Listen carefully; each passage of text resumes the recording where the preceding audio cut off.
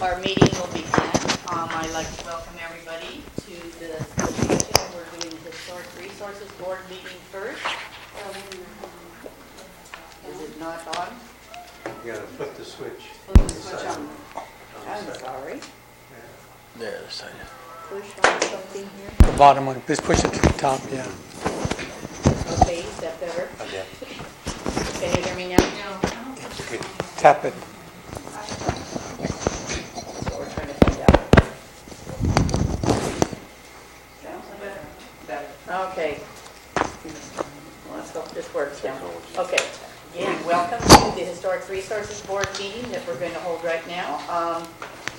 Did our Pledge of Allegiance, a roll call, please? Ernest Franco. Here. Darlene Boyd. Here. Scott Friels. Here. John Hopper is absent. Andy Moore. Here. We have quorum. Thank you. Okay. That the Commissioner, Chairman Hopper called in, put him down as an excused absence? Yes. Thank you. Okay, is there any public comment at this time? I'm having a speaker card. Okay, thank you very much. God, nobody wants to talk.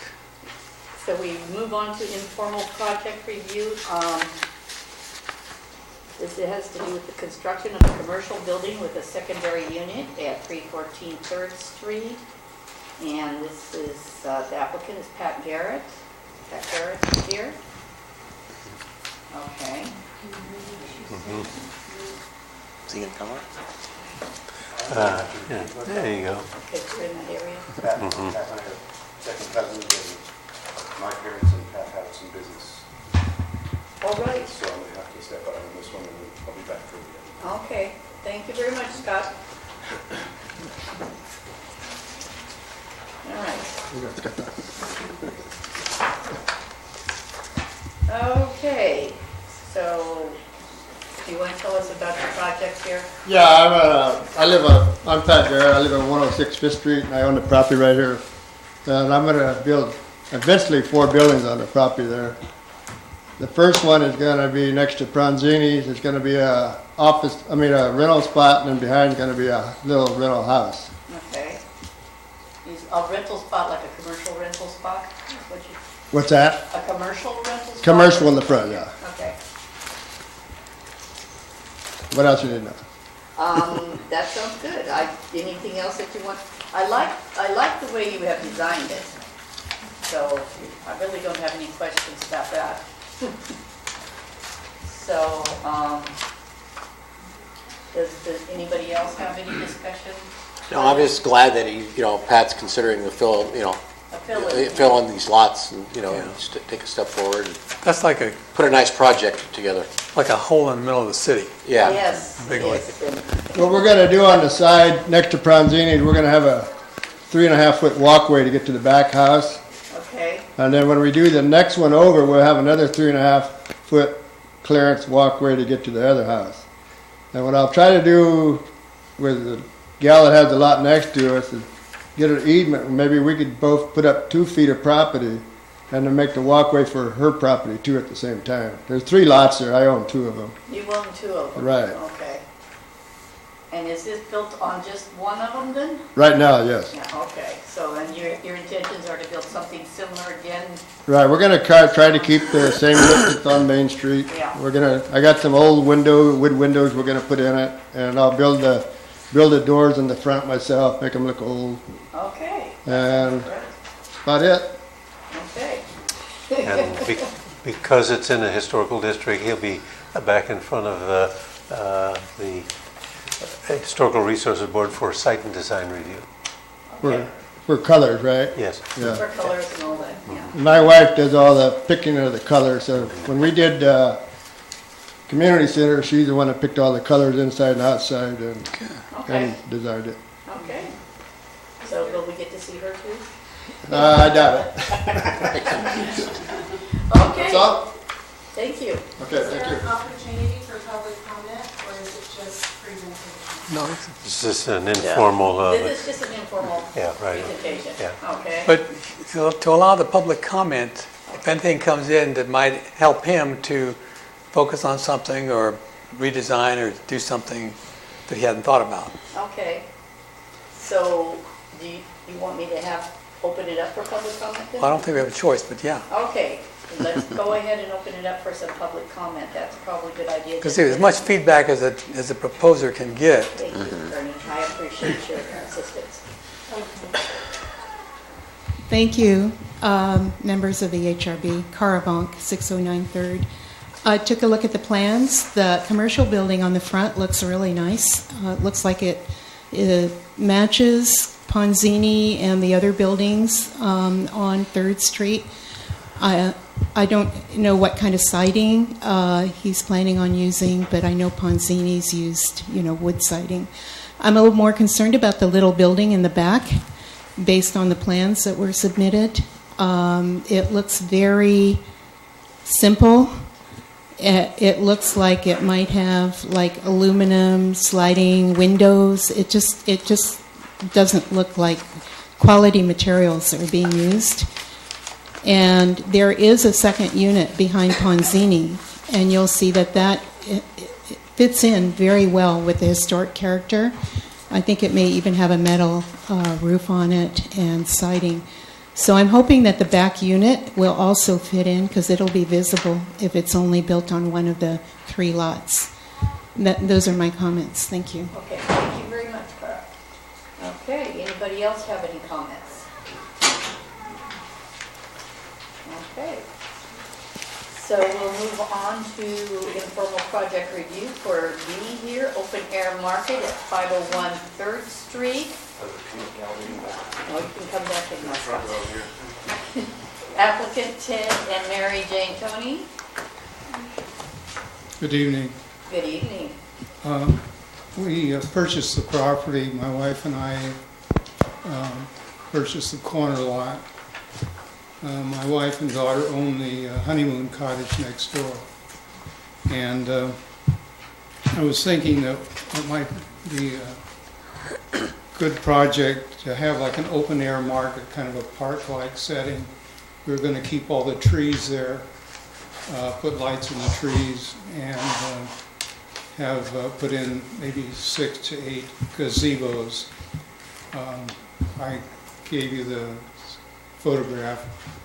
If you want to see what the gazebo looks like, it's in front of the community center over there in Hollister on West Street. Oh. So, but it's very simple, and so I thought that end of 3rd Street is pretty dead most of the time. People go to the end of the shop, make a U-turn and cross the street and come back. So what I was trying to do is draw people further down. In fact, Dante's building is Down the road. yes, vacant. People don't go down there. We have the building at the corner of 4th and McCollum, and we get very little foot traffic there. So I thought it was from the standpoint of bringing more business and give the city a possibility of getting business licenses and more tax revenue that would be a good use of the property. Okay. Is that zoned for that? Is that zoned for that then, or that kind of use? I don't know, I'd have to check. That would be my only question at this point. It sounds like a good idea. I kind of like open air markets, especially if we're going to get into having possibly good produce there. That could Yeah, be- it's zoned multi-uses commercial, and Okay. because the honeymoon cottage was used for many years as a shop by different people. Then you've got Dante down the road, so. Okay. Now, who else would be there besides, it's just an open air vegetable market? Or who have you got in mind to bring in there? Yeah, I was thinking of people do, like here in town, there are people that can preserves, or we have local producers of olive oil So this and is- produce. But I thought, from the standpoint of having somewhere for people that can, because you know how long people are able to rent their sites along 3rd Street? They may be open for 6 months and they close, and the rents would be a lot less expensive. So would this be then a farmer's market, Yeah, it would be similar to that. but not certified farmer's market, just... That would be something we'd get into if, you know. I'm just trying to think, if I was going to vote on it, what I'm looking at here. So I can see you've got vegetables and, produce, Right, but we're not sure what else is going to be there. yeah. Well, right now, I want to find out if, the city's, and then I'll do, willing to allow me to do that and do the investigation. Because I'm on like the Resource Conservation Board for the county, and a lot of the members there produce different kinds of vegetables and stuff, and they sell at the market on San Benito Street in Hollister. This would be full-time then, not just a weekend operation, or? Well, that What would do be you- something that we would work our way into, to see if people are interested enough in doing it, and but I was willing to, put up the gazebos and with your approval, and kind of something we don't have right now in San Juan. Okay. How many gazebos did you say again? I'm sorry? How many gazebos did you say you wanted to erect? I was going to try to put in 6 to 8. 6 to I'd have to, talk to fire department and lay it out so that would have emergency access. Okay. Okay. The place has been a Yes. disaster at times, and I'd like to see anything go up well that would clean it up. Yeah. Yes. I don't have any particular. The only thing in the use matrix of a mixed use would be a plant nursery outdoors. Oh, that'd be something That's else, allowable under a conditional use permit. That's the closest. That's the closest thing he's saying. So really, we don't have open air market or farmers market in the use matrix currently. Yeah. So that'd have to be a conditional use permit. Conditional use. So what we need then is he'd have to make a presentation for an interpretation or some way of squeezing it in there, or an ordinance amendment. Yep. Or an ordinance. Have you met with the staff regarding this? I talked to Matthew. Just on the phone. Just get a I came with dialogue going with Matt and Roger, and see what and bring something back to us, and Okay. sure we'll all be, Yeah. encourage you to, that No, lot's been they said vacant. this was the first step. So. No, that's great. That's right. That's great. They could have told you that they hated it. So that's always. I think it's No, and it's a good spot. If we get any public comments, that would be more information that you could maybe. use too. Right. Yes. I think it's a good idea. Yeah, they do. Pursue it farther. Ted, are you going to do it kind of a park-like setting? What are you thinking of ground cover? Basically, right now we mow the weeds, but Well, yeah, that's a good start. yeah, it would just be like a park-like setting. And because there are trees, I want to keep the trees. Yeah. I kept all the trees on my other projects. So you're not going to put pavers like in this photo? Yes, I gave a couple photos to. The photos that we have is one of the gazebos that you said was in Hollister, correct? Right. Okay, And they then have pavers. I was just wondering, so you're not planning on putting pavers in this? Not at this time. Okay. Okay. All right, thank you very much. Yes, welcome. well, thank Thank you. you. Thank you. I kind of like this idea. Okay. Public comment on that one? Is there any more public comment on this particular idea project from our audience? Harbach. I think this is a great idea because I did call the realtor when it was up for sale. And, we have a lack of open space in our city, and I was hoping the city could buy it and turn it into a park. So Mr. Tony, it sounds like he's prepared to do something similar and to carry the economic burden of it. So I hope you will support his project, and the fact that he's keeping all those beautiful trees is another plus. So thank you for letting me comment on it. Thank you very much. Anybody else have any more comments? Okay. Consent items. Okay. Okay, what do we got for consent? We have to approve an affidavit of posting the agenda. So do we make a motion for that? So that would be, consent means you encourage approval of all 3 items at once. All 3 items. The Okay, package. so we're going to approve an affidavit of posting agenda, approve the minutes for the June 8th, 2016 special meeting, and approve the minutes for the July 5th, 2016 meeting. The only person here that was at those 2 meetings. Was Ernie, I know. We're back So to we're that. good. Madam Chair, being the only person who was at 2 of these meetings, I move that the commission accept it as a block and the whole consent agenda. But to accept the 2 meetings, I've reviewed them, I'm satisfied with them, and as the only person who was here, I say let's go for it. I thank you. Anybody second that? I'll second it. Thank you. Shall we take a vote? Okay. All those that are in favor say aye. Aye. Aye. All those that are opposed say no. All right. Ayes carried.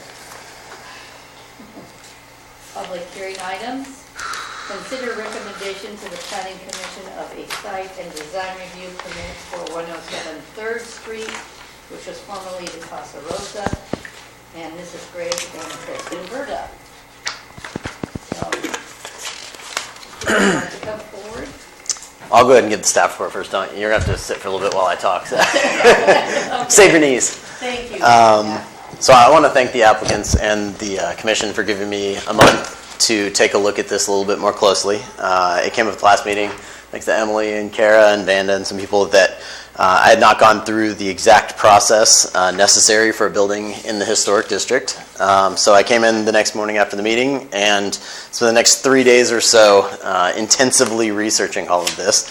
I'll go back over just really quickly what the project is for anyone watching. At 107 3rd Street, the Bertas are going to be renovating the old La Casa Rosa and putting in a new restaurant and residential unit. It's in between, it's in the mixed use zone.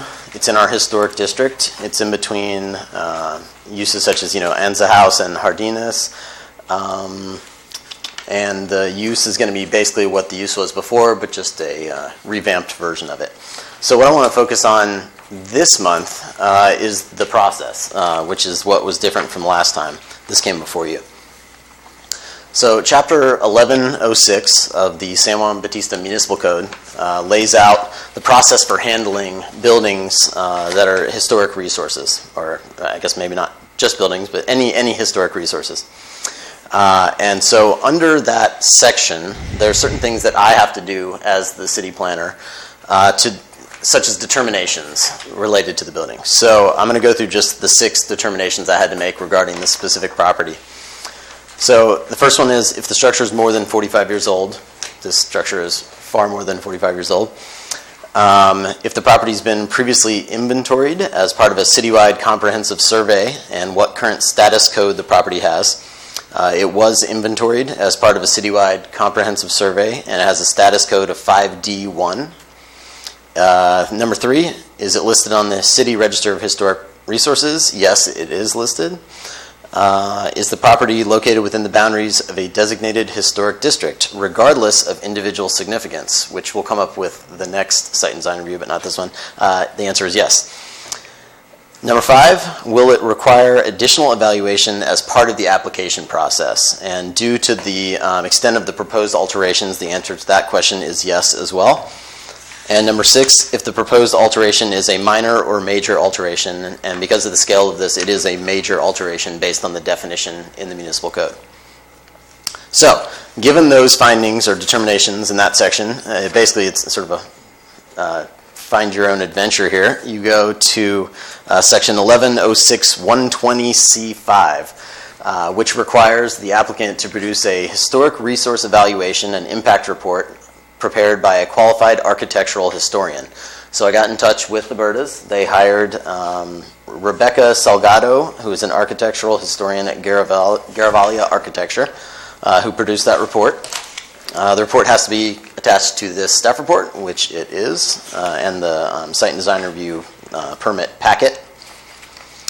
And then, based on that report, if they make the findings that the project is generally compliant with all 10 of the Secretary of the Interior standards for the treatment of historic properties, it is viable to use a Class 31 categorical exemption under CEQA for the project. And it did, based on the report. So I think the other thing that I included here, most of the things here are dealing with exterior features, and the question of interior alterations came up. And so I did a little extra research into that on the side. And what I found was that the interior of buildings is really only included in the sort of purview of the Planning Commission if the interior includes spaces that are important in defining the overall historic character of the building. And based on all the reports and surveys and everything, I couldn't find anything related to any defining characteristic that was historic about the inside of the building. So I would just recommend that you know, I think some people here might want to have you make recommendations on the interior, and I would recommend that you not do that, just based on what I found. So staff recommendation is to recommend to the Planning Commission that you issue the site and design permit and the CEQA exemption. So. Did you want to make a comment, Neil? I didn't have anything that happened. Oh, okay, that sounds good. See, aren't you glad you didn't stand up now? That was pretty good, wasn't it? So action required. We need to make recommend that the Planning Commission adopt Resolution 2017-XX, a resolution of the Planning Commission of the City of San Juan Bautista making a determination for a categorical exemption for site design review, SDR 2017-31, for a mixed-use restaurant, bar, and residential unit at 107 3rd Street under Section 331 of the California Environmental Quality. And this is a public hearing, I have a Okay, so we need to have comments, now is what you're saying? All right, public comments then. Emily Renzel. I'm Emily Renzel, and I own the Casa de Anza next door. And I know the Bertas have been hard at work and have done a good job getting this historic report, and I'm pleased with that. My main concern, I have several concerns directly to my property, which I spoke to you about at the last meeting. Drainage, the property line is not where the fence line is, and there was something else. But in any trees, I know that there are two big trees there that don't appear on these plans, and I don't know if that's within your purview at all. But I think it would be important for you in the case of all of the historic fabric on the front. It says preserve it, or rehab it, or if it can't be rehabbed, to replicate it. But there's no picture in the report of the front balcony, for example, as it now exists. And I would hope that that particular feature, which is, to my mind, the most character-defining part of that whole frontage, can be preserved, and that if it's not going to be preserved, there should be some checking about it before it's lost. So I hope that you will make sure some of those issues are addressed in your approvals. Thank you.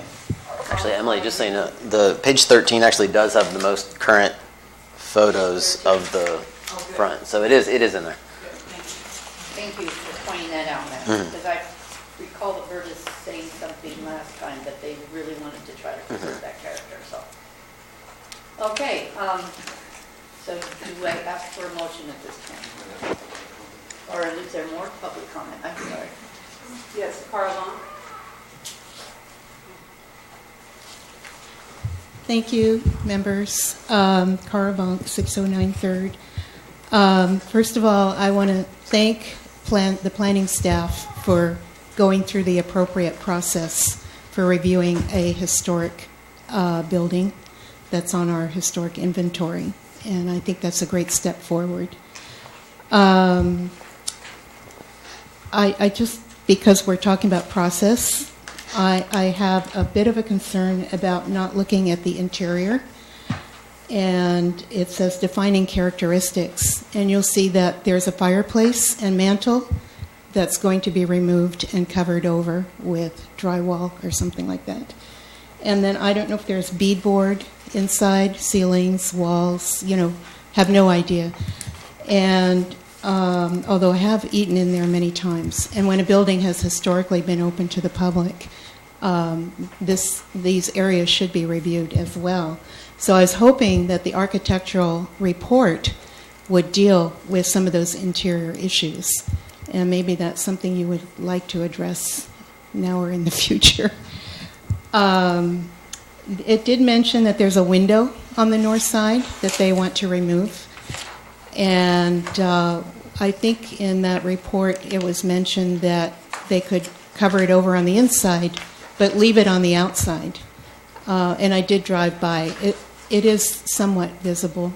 I don't know if it's a major issue to keep it, if it's a big expensive item or not. Also, the front balcony, obviously that design is really unique, and hopefully it'll be maintained. And I guess that leaves the question, who's going to be monitoring that these aspects of this historic building are going to be retained? And are they listed in your conditions of approval? I didn't really have a chance to look at it. But hopefully it's spelled out so that somebody, is making sure that these things are not, that somebody's not just deciding, oh, well, or oops, I mean, when you start building, things do happen. Anyway, I wish the applicants a lot of luck and look forward to eating in their restaurant. Thank you. Did the applicants want to respond to any of this? Sure. Address some of the comments. Greg Berto, 107 3rd Street. With regards to the trees, unfortunately, both of them with our current plan are going to have to go. One's right in the way of the new walkway to the second floor apartment. The other one's in the way of the new garage that we built in the back. So right now the plan is for us to remove those. We'll go through the proper permitting process to do that. So I would love to keep the trees, but there's just no way to do it with the current plan. With regards to the facade and the handrail, we're going to try to keep that. And if we can't, then we'll replace it in kind. The intent is to leave all the architectural features that are currently there in place, but the building's in a really bad state of disrepair. So, we're going to do the best we can. But if we can't save it, then we'll comply with the Secretary of Interior standards and replace it in kind. But that's the intent. Well, while you're here, I did want to ask you about the historic window. That seems to be one of the questions. To be honest with you, I got to ask my architect. That came up in the report. Yes. I'm not sure which window on the north side he's talking about. The intent is to leave all the windows that are there are going to remain. Okay. The vinyl windows that are currently there are going to be replaced with wood sash windows, more characteristic with the period. The door, there's two slider doors on the back that are the entry to the second floor. Well, they actually lead out to the patio. One's going to become an entry, but those will get replaced with, again, wood sash doors and windows. So, okay. So you're not sure what this? Yeah. So the intent is, if I can make the windows operable again, I will. I mean, the more windows in the way, the better. Okay. But yeah, the intent isn't to remove or to cover up anything. Okay, that's good to know. Thank you. Quick question. Yeah. Your access in the rear, down the little alleyway, is that going to be your ADA access? It looks like that's going to have to be our ADA because there's no way to make the front since we're right on the sidewalk. So we'll probably make that ADA and we'll put in whatever ramping is required to deal with the grade issues.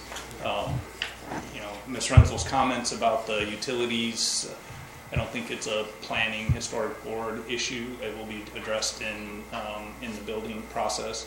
So we're going to try to move the water from currently runs underneath her property off of Franklin.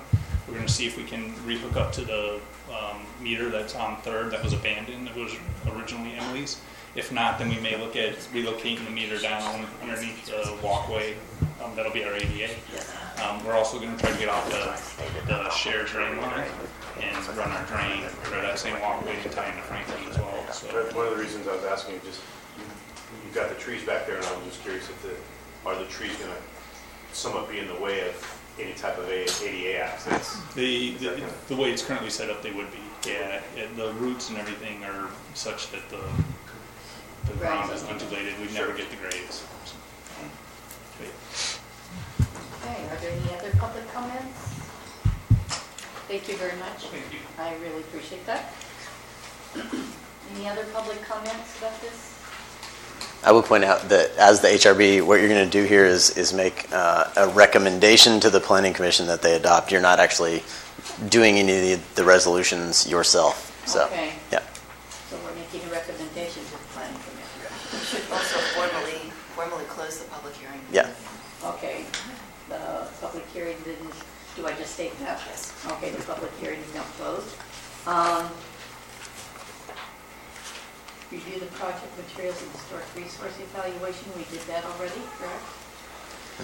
Okay, so we make a recommendation that the Planning Commission adopt this resolution? 2 resolutions. Both of them? Well, this would be to adopt, or it'll go to the Planning Commission and then... You recommend that the Planning Commission adopt. Okay. Yeah.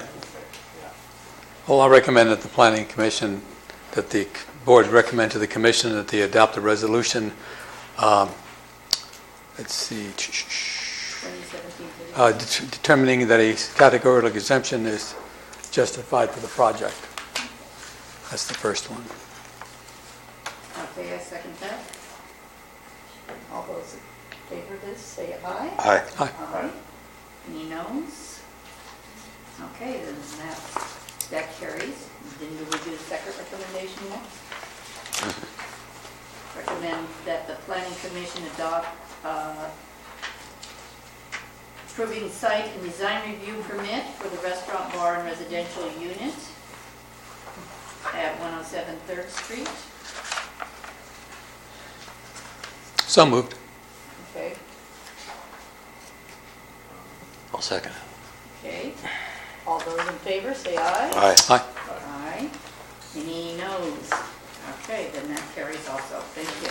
I'm just glad to see a lot of serious investment and concern being put into a historical building in the city. Yes. Because the city does not take care of buildings, the owners do. And we have an owner who really is concerned about that building, again, to help the business that the city needs. Yes, and I'm glad to see some commercial life coming to the city too. You know, Chairman, I have one question. Roger, is there any, I don't think we would address it, but the council, when you get a structure or an intense project to this extent, that the city doesn't waive some sort of fees? Because the individuals that are coming in, not on that business, but every business, and putting a ton of money into it, if they secede, we secede.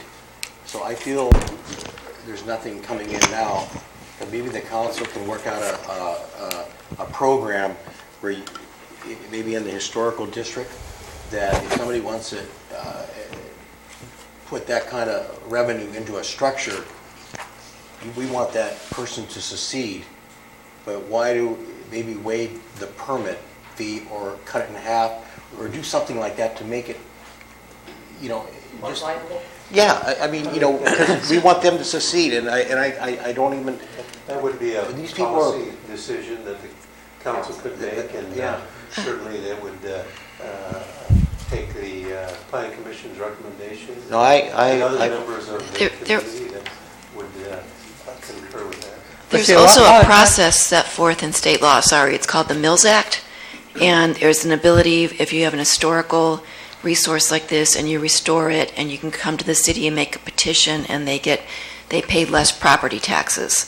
So that's the way most cities handle that, instead of taking it out of the fees, because, you know, the fees are based on the nexus, and, you know, it's difficult to charge somebody less fees, but it's easy to support them in a Mills Act application.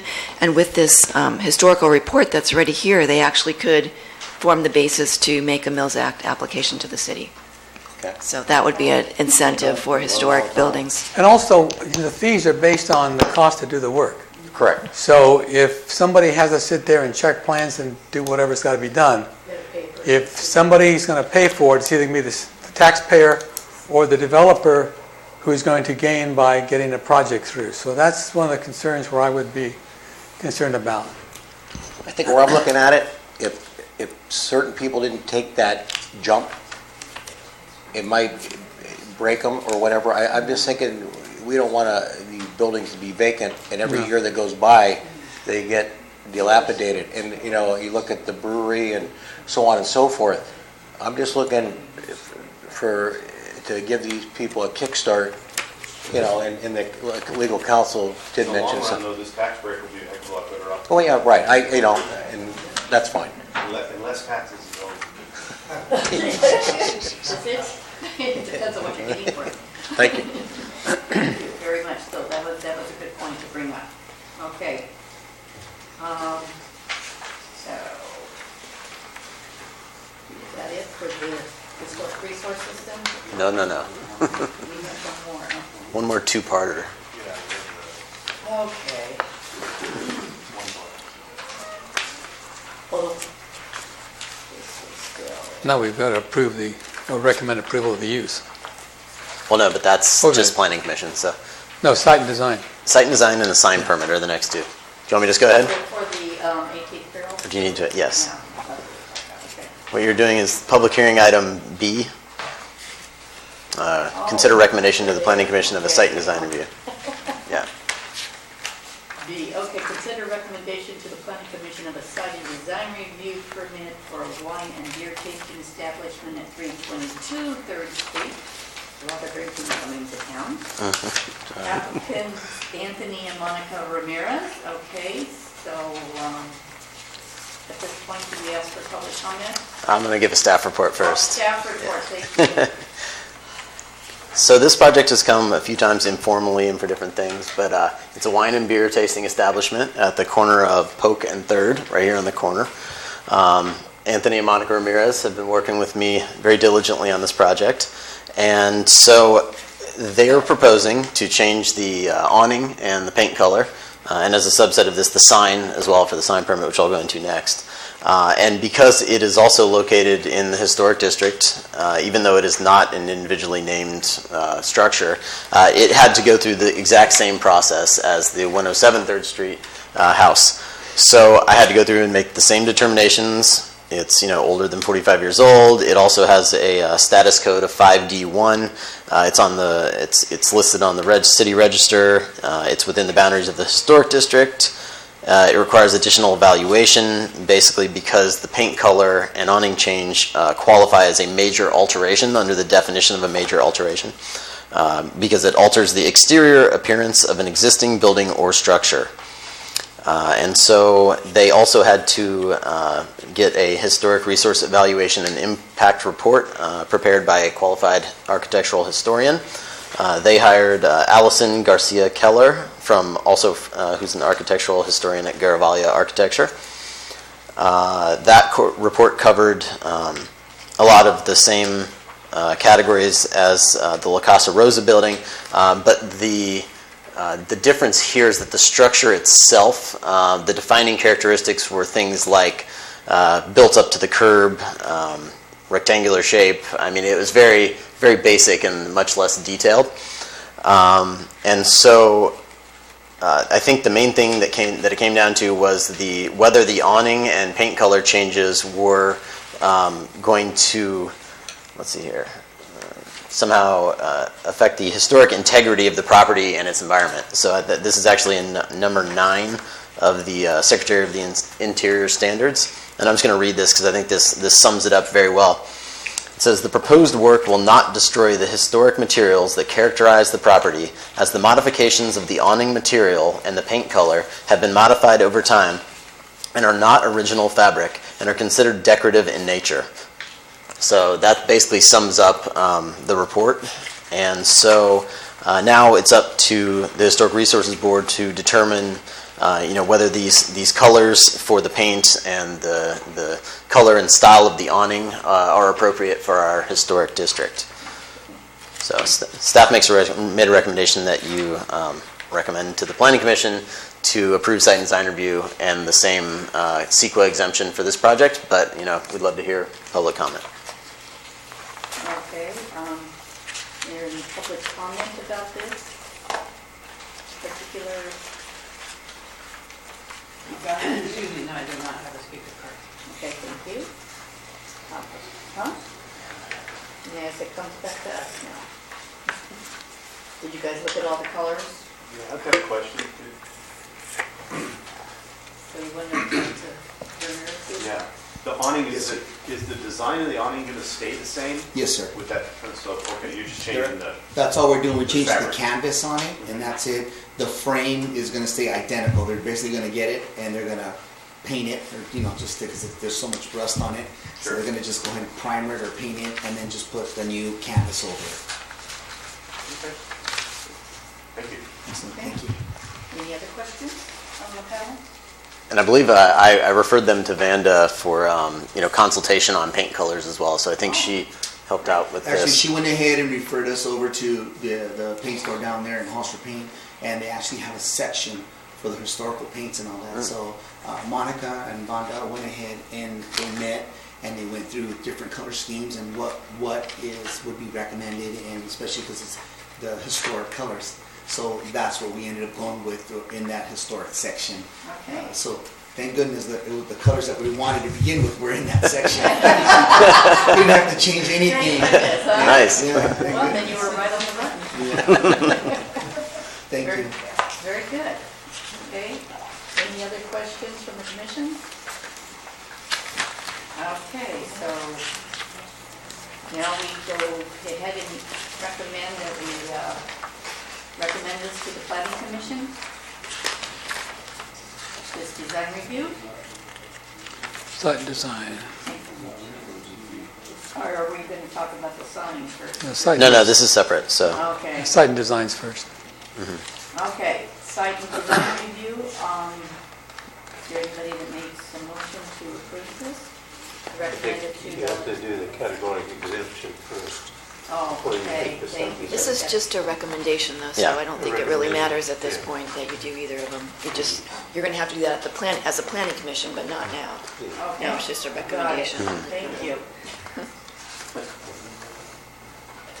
You want to do it? Sure, I'll recommend that we move it on to the planning commission. The determination of the categorical exemption. Exemption, yes, As a categorical Okay. exemption. yes. Okay, anybody second that? I'll second it. Okay, all those in favor say aye. Aye. All those who oppose say no. The ayes have it. Okay. So we move on to action items now? No, attachment 6 next. wait, yeah, you still have to do the design review. So now the next resolution is Oh,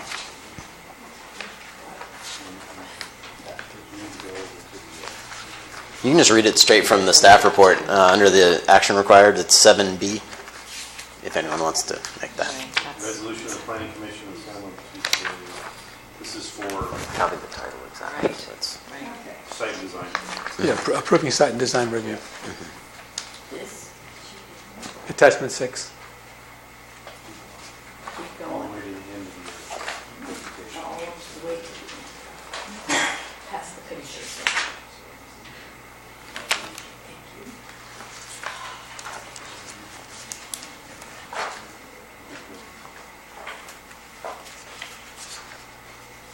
signs in it, so did I go before? Now I'm going back. This one. That's 6. Upper right-hand corner. Attachment 5, it says attachment 6 is what we're looking for. Okay, got it. Thank you. Okay, resolution of the Planning Commission of the City of San Juan Bautista approving a site and design review permit for a wine and beer tasting establishment at 322 3rd Street. Okay, for Anthony and Monica Ramirez. So, I recommend that we move this on also to the planning commission, the site design review. does anybody second that? Second. Okay, good. Okay, all those in favor say aye. Aye. Aye. Any who oppose, say no. Okay, the ayes have it. Now we get to do the sign, huh? Okay. Okay, so the second part is the sign permit. How would the John and Peter sign? I was really fixated on process after all those other items, so I went ahead and Yes, included all of the compliance requirements for the design guidelines in here. I don't know if I probably don't need to read through all of them, but let's just say that it conforms to all of the, or complies with all of the requirements of the design guidelines in terms of let's say projecting signs on the same or contiguous property should not be installed within 8 feet of each other. It's on the corner, not near anything else. Things like of that nature. And included here are the pictures of the sign, which is I think much more of what this discussion here is going to focus on. It is a 28 by 28 double-sided, round, 2-inch thick Western red cedar wood sign that is going to be mounted on the building exterior with 36-inch iron hanging scroll bracket, as it is in this picture.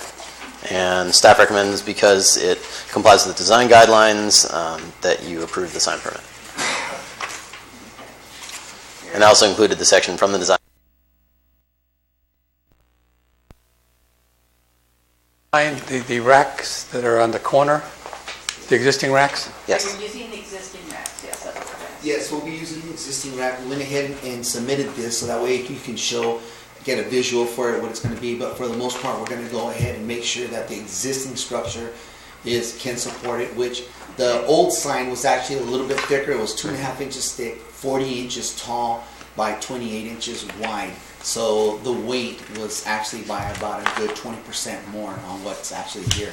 Okay. Yeah. So, but either way, when we get ready to go ahead and mount it, we'll make sure that the structure itself is Safe. It's safe. Yeah, Yes. that's good to do, since it's hanging over the sidewalk. Now, you've been advised about getting a hold harmless agreement with the city for the fact that you're overhanging into the public right of way? Yes. So we'll be going ahead and getting a separate insurance for that, since it is hanging over into the sidewalk area. I do need to carry an extra insurance for that. Yes, sir. That's on our checklist here for the design review permit. It's the third bullet you. point. Thank you. Okay, any other questions? I'm good. Any comments from the public about this?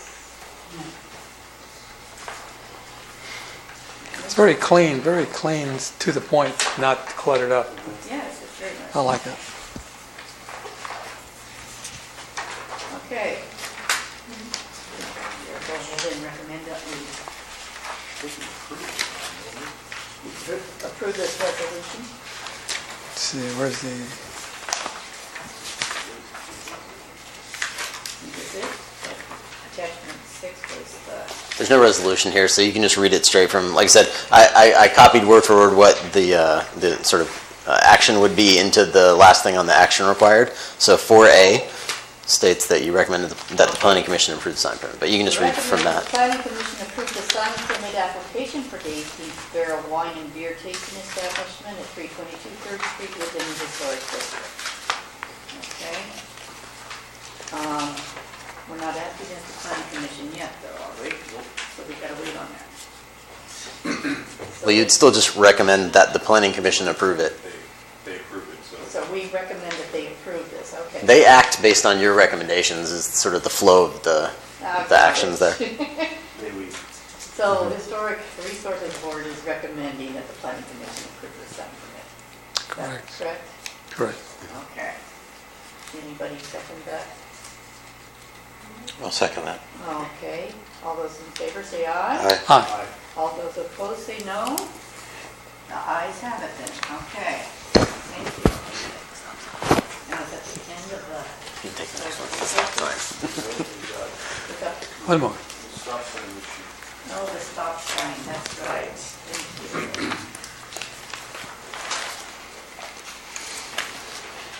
You want me to do it? So this is back on the agenda because Emily pointed out the last time this was a discussion item, so it did not give you the opportunity to make a recommendation to the Planning Commission regarding this item. I'm not sure I need to describe this again. We've talked about it quite a bit, but this is regarding the stop sign at 3rd and Franklin Street and the one-way on Franklin as well. And I think we could probably open this up to discussion again. Yes, let's go ahead and open it up to discussion. Okay, go ahead.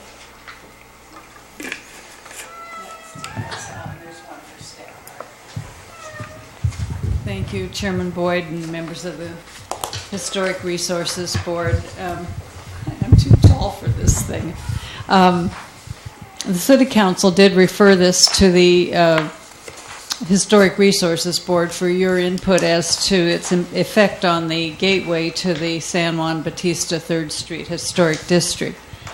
I hope that you will recommend that the City Council reconsider their decision to make those changes and that you will urge them to rescind that decision.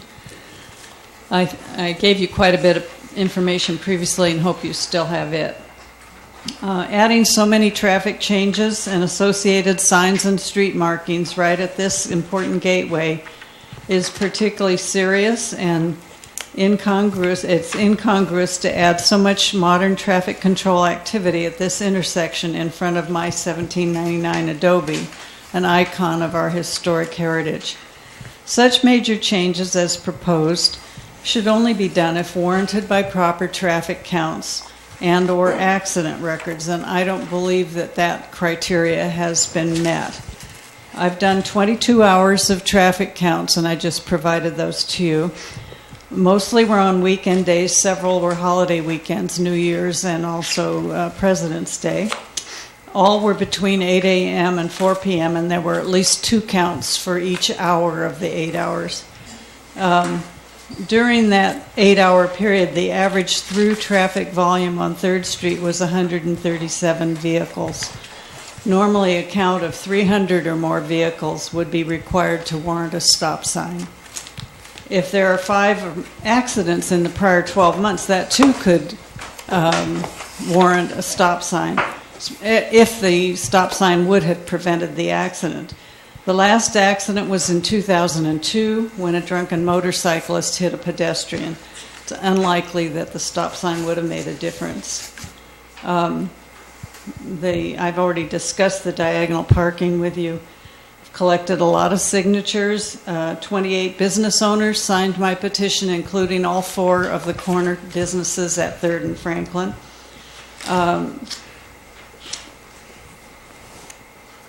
Let's see, I did make some new pictures. They're not as nice as the ones that were made by Shipper Design, but concern has been expressed about how you have to inch out from coming along Franklin near Doña Esther's.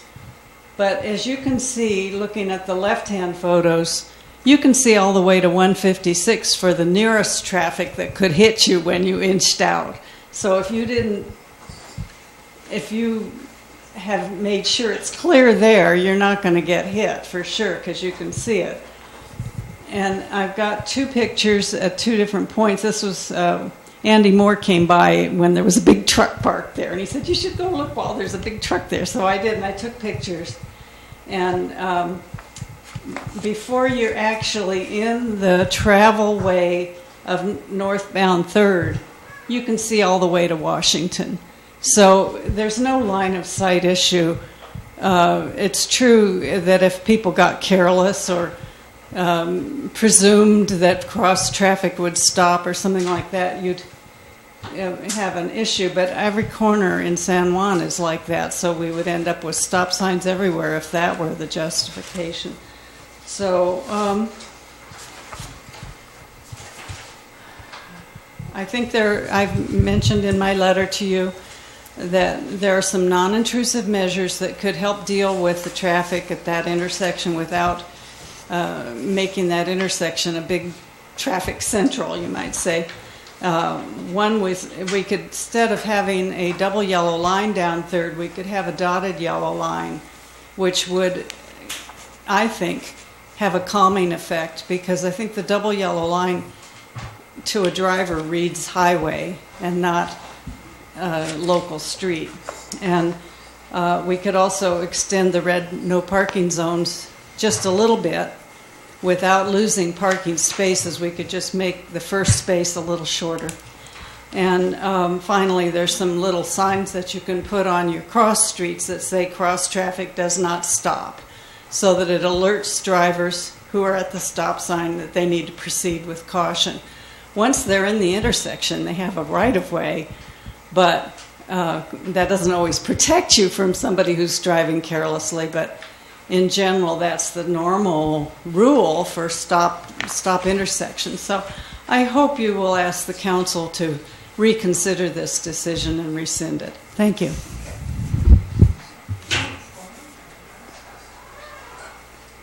We have another public comment about this? Yes, Carla. Thank you, members of the HRB.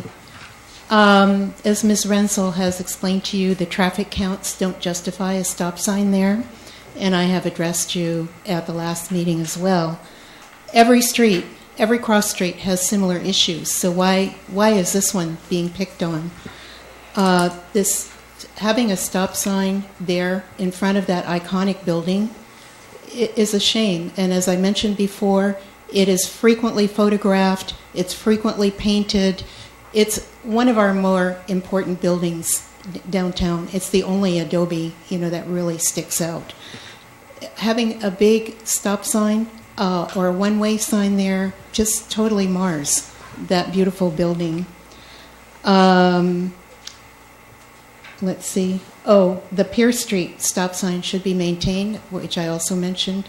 That was my opinion last time, because people coming off of 156, they have to stop there. They realize that they're coming into a congested downtown historic district area. At the last meeting, our chair, John Hopper, who's not here today, suggested that a committee be appointed, but it was just a discussion item, so he didn't have the authority to go ahead and do that. So if nothing else, either I'm hoping you will recommend that this stop sign be not authorized, otherwise, and I guess there was also a one-way sign. Otherwise, would you please appoint this committee to review it further and see if some other alternative ideas can be presented? Thank you. Thank you. Any other comments?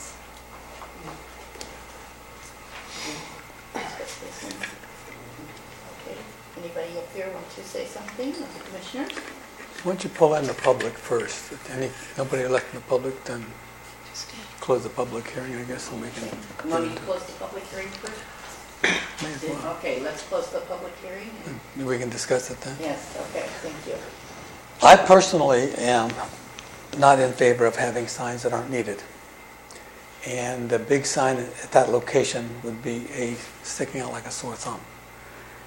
Unless the warrants justify having all these things done, I cannot support it. You have anything to say? I'm in full agreement with that, and I'd like to see the traffic survey that was done for this work. That's the widest intersection in downtown. If you drive through it, it's the biggest intersection in downtown. It's a nice. I think anything else would work. Traffic calming type things, like we were talking about, and then extending the red zone would probably be bigger.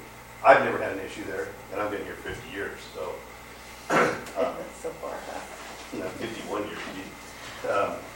So yeah, I'd like to move this on to the city council and recommend that they rescind this. You got to move it to the planning commission first. Okay. Yeah, move it to We'll the go to the plan- planning commission and Then we're sitting. Should put a hat. I guess I look at it a different way. You know, I travel that, exit the city probably 3 or 4 times a day. And if everybody in here drives down there and stays in back of that white limit line, okay, you can barely see towards, not into town. You can't see. So on a busy day, people are crossing. So you ease out, you take their right of way. Then you get out into the intersection, and here comes a car out of town. So you're bottlenecked in the middle of the intersection. I know there hasn't been any traffic collisions, but it happens all the time. It's like the GMC for the truck. I guess the gentleman works at Don Yester's. He's there every morning. He blocks the view. You don't. I'd like to know what the vehicle code for streets for vision, you know, turning right or left says, because you can't see. But I would encourage maybe a committee, but everybody get in their car Saturday or Sunday, park behind that limit line. Okay, your turn to go on out, and tell me if you get stopped in the intersection from a car, basically, you know, coming out of town, and you got to stop, so you're in the middle of the intersection. I'm looking at it as a safety point. You know, the one-way thing, it doesn't. I don't really care which way it goes, but I look at it a different. I look at it completely different. You know, I think it's warranted there, and they're right. All the city streets are like that, but you go behind that limit line, and you try to make a left on a busy, you know, somewhat busy day or whatever. And if you're behind that limit line, you can't see to the right. And you can't move the limit line up, because then you're going to be at the swell, you know, near the sidewalk. So I see it as a safety issue. I don't want to harm anybody's business, but it's you know, it's tough getting out there. You got to get out there. You got to ease out. You know, you make eye contact with the person coming. You stop, they go, or whatever, and it happens all the time. But that's how I feel about it. Okay, thank you. I'm going to give my feelings about this now. Seeing that there's only been one accident in 2002, and that was a drunk driver running into somebody, I really think there's insufficient data to warrant all these signs in, especially a historic district and that's one of the things I enjoyed about the city most, was when I stopped at that other corner, and then I said, oh, I'm coming into the 1800s, and I would slow down myself. And there haven't been accidents there. And there are other routes that people can take to get to that part of town if they are worried about coming down that. And to me, it doesn't warrant the 4 extra parking spaces that we might get out of this to ruin the view of our historic district. So that's my feelings on this.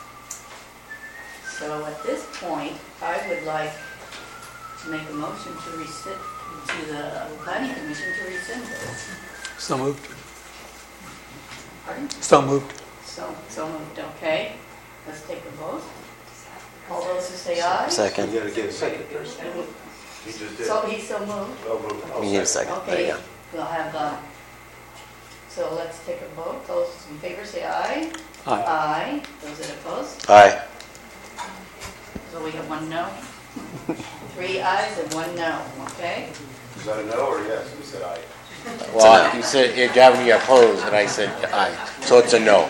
So it's a no, okay? Thank you. Make sure we get the The both straight, right. So it's 3-1. All right.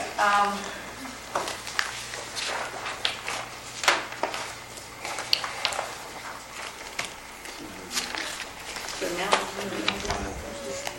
oh, my final comments, I put the final. Okay, are there any final comments from the historic board? No. About anything? I want to thank Matt for going through all that work. Yes, Looking that thank you. stuff up, and now it's a template we can use every time, and it's going to help.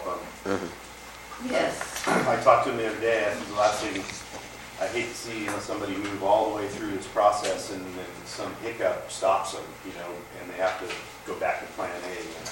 So that's it was nice. Thank you. Okay. Does anybody else have any comments from the commission? Good.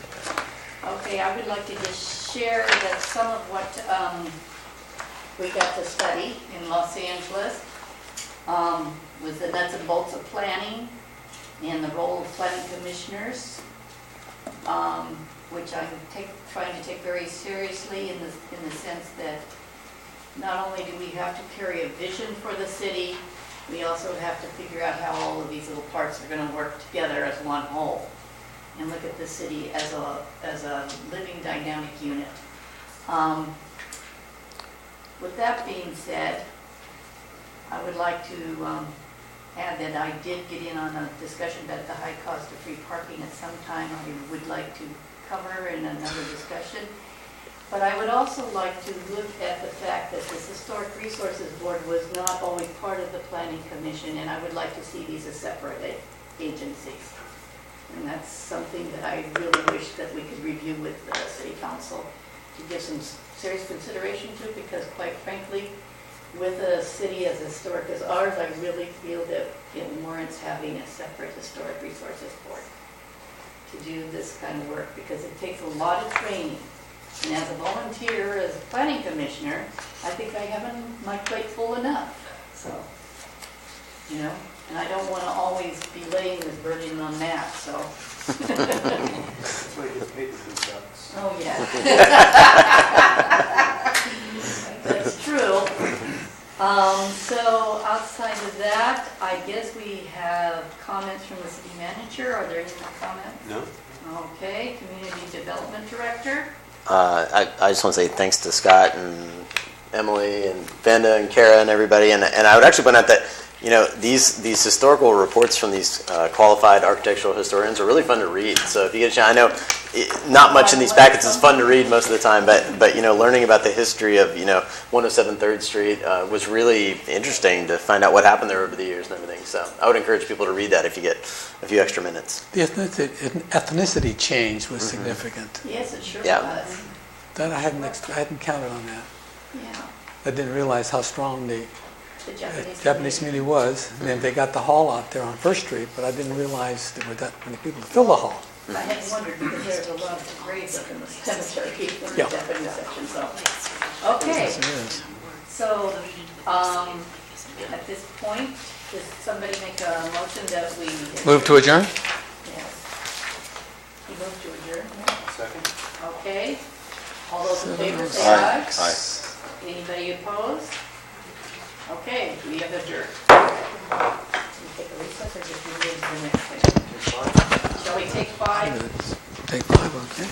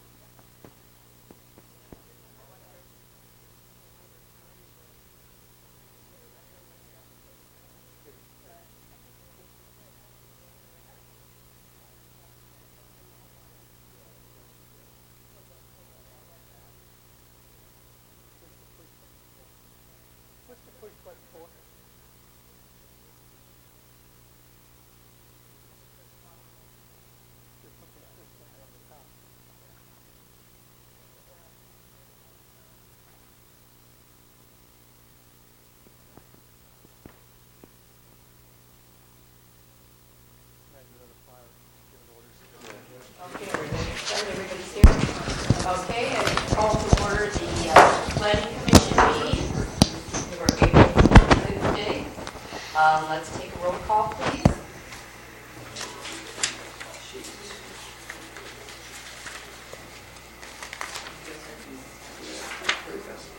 Ernest Franco. Here. Darlene Boyd. Here. Scott Friels. Here. John Hopper is excused. Andy Moore. Here. We have a quorum. Thank you. Okay, thank you very much. This is time for public comment. Is there any public comments that anybody wants to make at this time? Carl Vaughn. Okay, Ms. Vaughn, come on forward. I just wanted to follow up on Mr. Moore's comments earlier at the HRB, talking about incentives for people who are restoring a historic property, which adds a lot to the community. And I would urge you all to take a look at our municipal code 11-06, and it's online under City of San Juan Bautista, and it spells out the duties and responsibilities of the Historic Resources Board.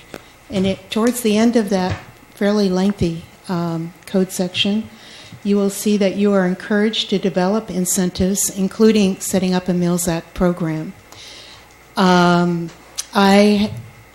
Quite a few years ago now, Rebecca McGovern and I did go and talk to the tax collector in Hollister. He was very open to the idea. He had actually taken some continuing education courses on it, and that's always like one of the first hurdles one has to overcome, is to make sure that the tax collector is on board. Also, the San Bernardino County is one of the very early counties that set up a program, and they have done an extensive analysis on the program and how, in the long run, even though people do pay lower property taxes, in the long run, it does inure to the benefit of the community. And they have some really good planners there that can provide you with all that background information if you need to make a pitch to the City Council to go for the program. Thank you. Thank you very much. Okay, any more public comments? Madam Chair, I've been asked to make an announcement for the public.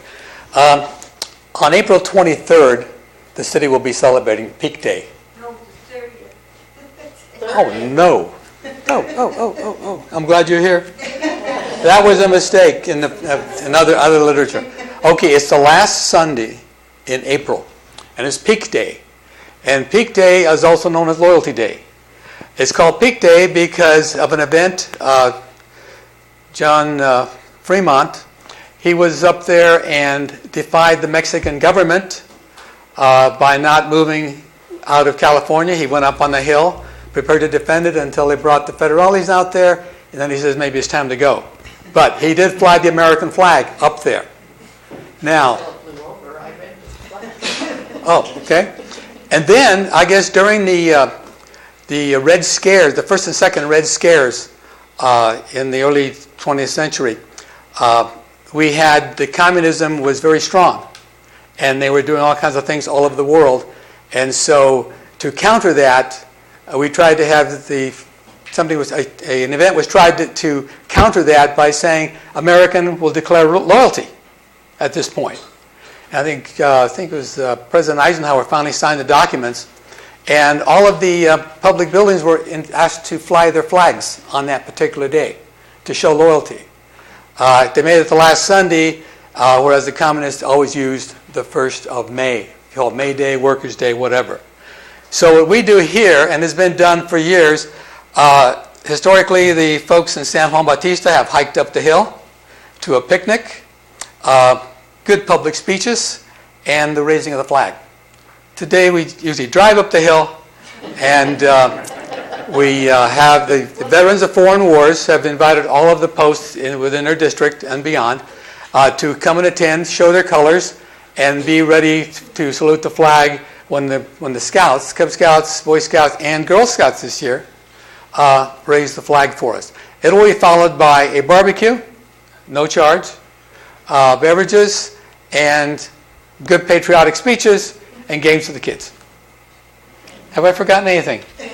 We're good. And sorry about making a second mistake. Are Oh, the Native Daughters, I'm sorry. Native Daughters of the Golden West, the parks, this by the state park system, the VFW. I think that's the big three. But the key thing is that the event is on the 30th. It's a Sunday. The flag raising will be at noontime. Allow yourself time to safely climb the hill. Last year, Cuco Chavez and companies ran up the hill. I mean, that was there was quite a group there. I was trying to get there ahead of him, and when I got there, he was already there. So yeah. Thank you. Okay, thank you. Any other public announcements or comments? What did I miss on that thing? Oh, It's really a good event. fishing was okay. Okay, informal project review. Are there any informal project reviews that we have at this time? The only two we had were in the historic district, so we just put them with the HRB meeting. Okay. So we've already done that. Consent items. Comment on the minutes of September 6th on page 2 in the under B. September 6th or September 4th? September 6th of 2016. Okay, on that long paragraph which ends derived from this project, 1, 2, 3, the fourth line up, Georgiana Goularte, there's an R missing in there. And then the second line in the next paragraph, walkability is one word. And unless anybody has any other comments, since I was the only one who attended both meetings, I would move that the consent agenda be approved, subject to those changes. Anybody second that motion? I'll second. Okay, all those in favor say aye. Aye. Aye. Any who oppose say no. So the ayes carry it. Okay. Public hearing items. The HRB has recommended consider approval of the site and design review for 107 3rd Street, formerly the Casa Rosa, and accept the recommendation from the Historic Resources Board. So, do we do both of these at the same time? Well, Deb mentioned that in order to make sure this is in the record for the Planning Commission, I give a sort of abbreviated version of what I gave to the HRB. Or just incorporate into the record what you gave. I would just say I incorporate. HRC, Yeah. I guess Go ahead. we'd like to incorporate in the record what was presented at the HRB. Is that adequate? Yes. Okay. Now you can move ahead. Say it all again? No. Okay. So, we need to move ahead with, so can we ask for a public comment or anything? Yes. You can open up for again. Yeah, some we have to. comment. Any Yeah. more public comment on this issue for adopting this categorical exemption for site design? Nothing? Madam Chair, I move that the Commission adopt Resolution 2017-07, a resolution of the Planning Commission of the City of San Juan Bautista making a determination for a categorical exemption for site and design review SDR 2017-31 for a mixed-use restaurant, bar, and residential unit at 107 3rd Street. Anybody second that? I'll second. Okay, all those in favor say aye. Aye. Aye. Any opposed say no. The ayes have carried it. Now we're asking about a resolution for approving the site and design review permit for restaurant and bar and residential unit at 107 3rd Street. Anybody, did we ask for public comment again or another review? Every time. Well, you don't necessarily have to in adopting two resolutions on the same project, but you can if you want to. There being no comments, Madam Chair, I move that the Planning Commission adopt Resolution 2017-08, a resolution of the Planning Commission of the City of San Juan Bautista approving a site and design review permit SDR 27-31 for a restaurant, bar, and residential unit at 107 3rd Street, APN 002-021-004 for Greg and Kristen Berta. Second that. Okay, all those in favor say aye. Aye. Aye. Any opposed say no. The ayes carry it. Okay. Our next item is to consider approval of site and design review permit for a wine and beer tasting establishment at 322 3rd Street and accept the recommendation from the Historic Resources Board. First part is to approve adopting a categorical exemption for the site design review. I'd like to incorporate my staff report from the Historic Resources Board under this one item as well. Okay, thank you. Since you worked so hard on it. Right, gotta have that. And so we do all three at one time? No. You can do all three at one, you can open the public hearing for all three right now. Okay. Yeah. So that's what you can do. Okay, the public hearing for all three would be the categorical exemption for site and design, approving a site and design review permit for this establishment, and considering the sign permit for the 18th Barrel. Is there any public comments? There's nothing. Okay. So I'm asking for a motion then, I guess, to approve this, adopting all three of these. Okay, I'll do Go ahead it. and do them separately, Yeah. I think. Three separate resolutions. Yeah. Well, they're separate. They're gonna have, each one have its own number. Oh, okay. Okay, I'll kick it off. Okay, Madam Chair, I move that the Commission adopt Resolution 2017-9. A resolution of the Planning Commission of the City of San Juan Bautista making a determination for a categorical exemption for site and design review SDR 2017-32 for a wine and beer tasting establishment at 322 3rd Street, such as parcel number 002-160-003. Anybody second that? I'll second. Okay. All those in favor say aye. Aye. Aye. Aye. Any who oppose say no. Okay, it is carried, 4 ayes. You want to do the second one? Okay. Yeah. I'll go ahead and, Speak. yeah, I'll move that we approve Resolution 2017-10. Is that correct? Yes. Keep going.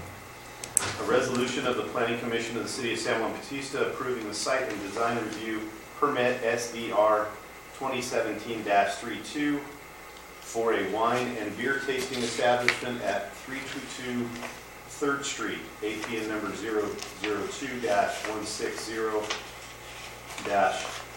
002-160-003 for Anthony and Monica Ramirez. Second. Okay, all those in favor say aye. Aye. Any who oppose say no. The ayes have it. Okay. So now we're considering a sign permit for the 18th Barrel at 322 3rd Street. They just need a motion to approve it. So there's Yeah. no reso for this. Yeah, no, so we're just basically making a motion to approve this, right? Mhm. Okay. So is anybody making a motion to approve this sign? Okay. To approve a sign permit. Is there any public comment on the sign? Anybody Oh, was public comment? No? Okay. Madam Chair, move that Commission adopt Resolution 2017-11. Oh, there is. Is it a resolution? Is there a resolution or is it just? No, I guess there is. Pardon me? Roger has it here. I don't have it. I've got one. Yeah. Okay, so they do it. I guess I did put one in there. It's all a blur. A resolution of the Planning Commission of the City of San Juan Bautista approving the sign permit application for the 18th Barrel Wine and Beer Tasting Establishment at 322 3rd Street within the Historic District. Anybody second this? I'll second it. All right, all those in favor say aye. Aye.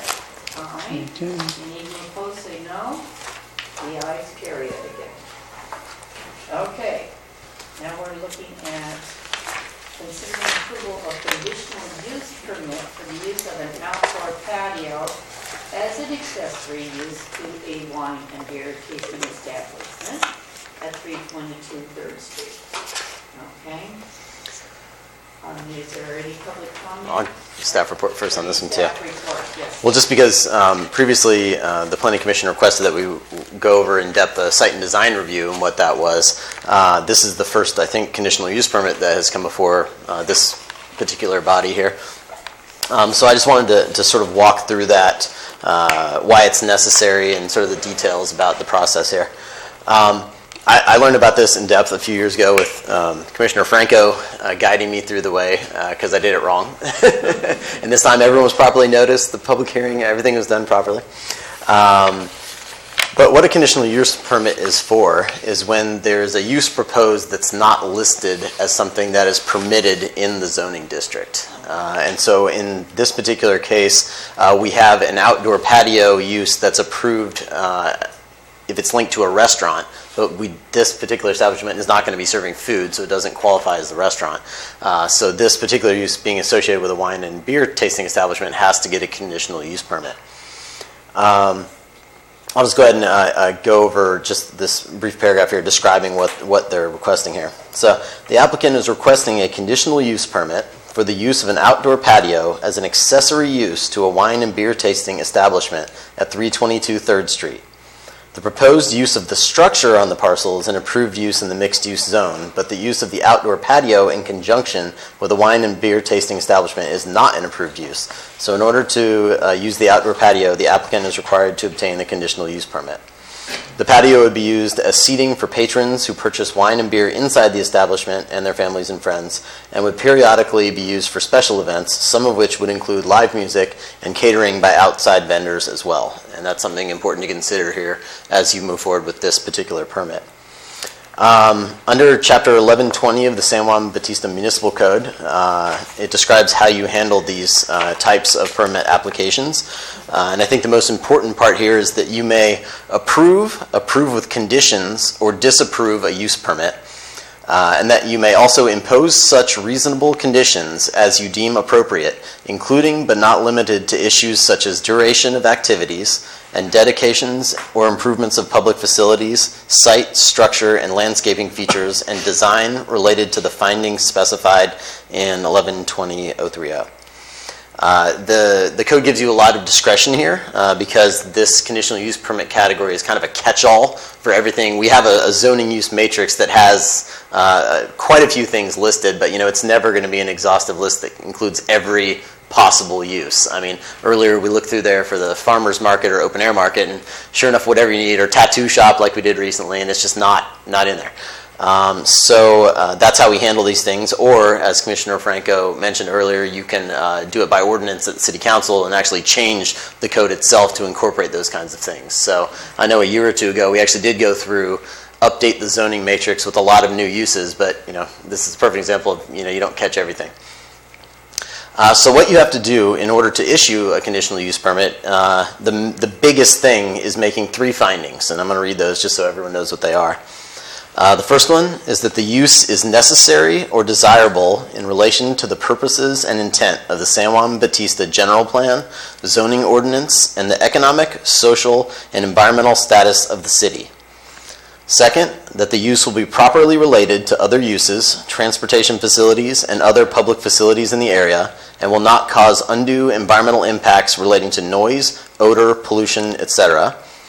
And 3, that the use will not adversely affect the health or safety of persons living or working in the vicinity, or be materially detrimental to the public welfare of the city and its residents. So what I did, I took those 3, and in my recommendation, you probably saw that I addressed each one specifically with some facts that support why it works with those. I think the biggest question mark here was parking. We had, with any thing in the downtown district, parking is sort of the number one issue you have to address. So I went through and computed it based on the square footage of the dining area, the spaces required for employees, everything like that. And the total ended up being 39 spaces that they need in order to use that outdoor patio area. But luckily, the code also gives you a really important tool for those locations in the downtown area because it states that for parcels with mixed-use development within the mixed-use district, the number of on-street parking spaces for standard-sized vehicles within 150 feet of a parcel may be counted toward the required number of parking spaces for commercial or mixed uses.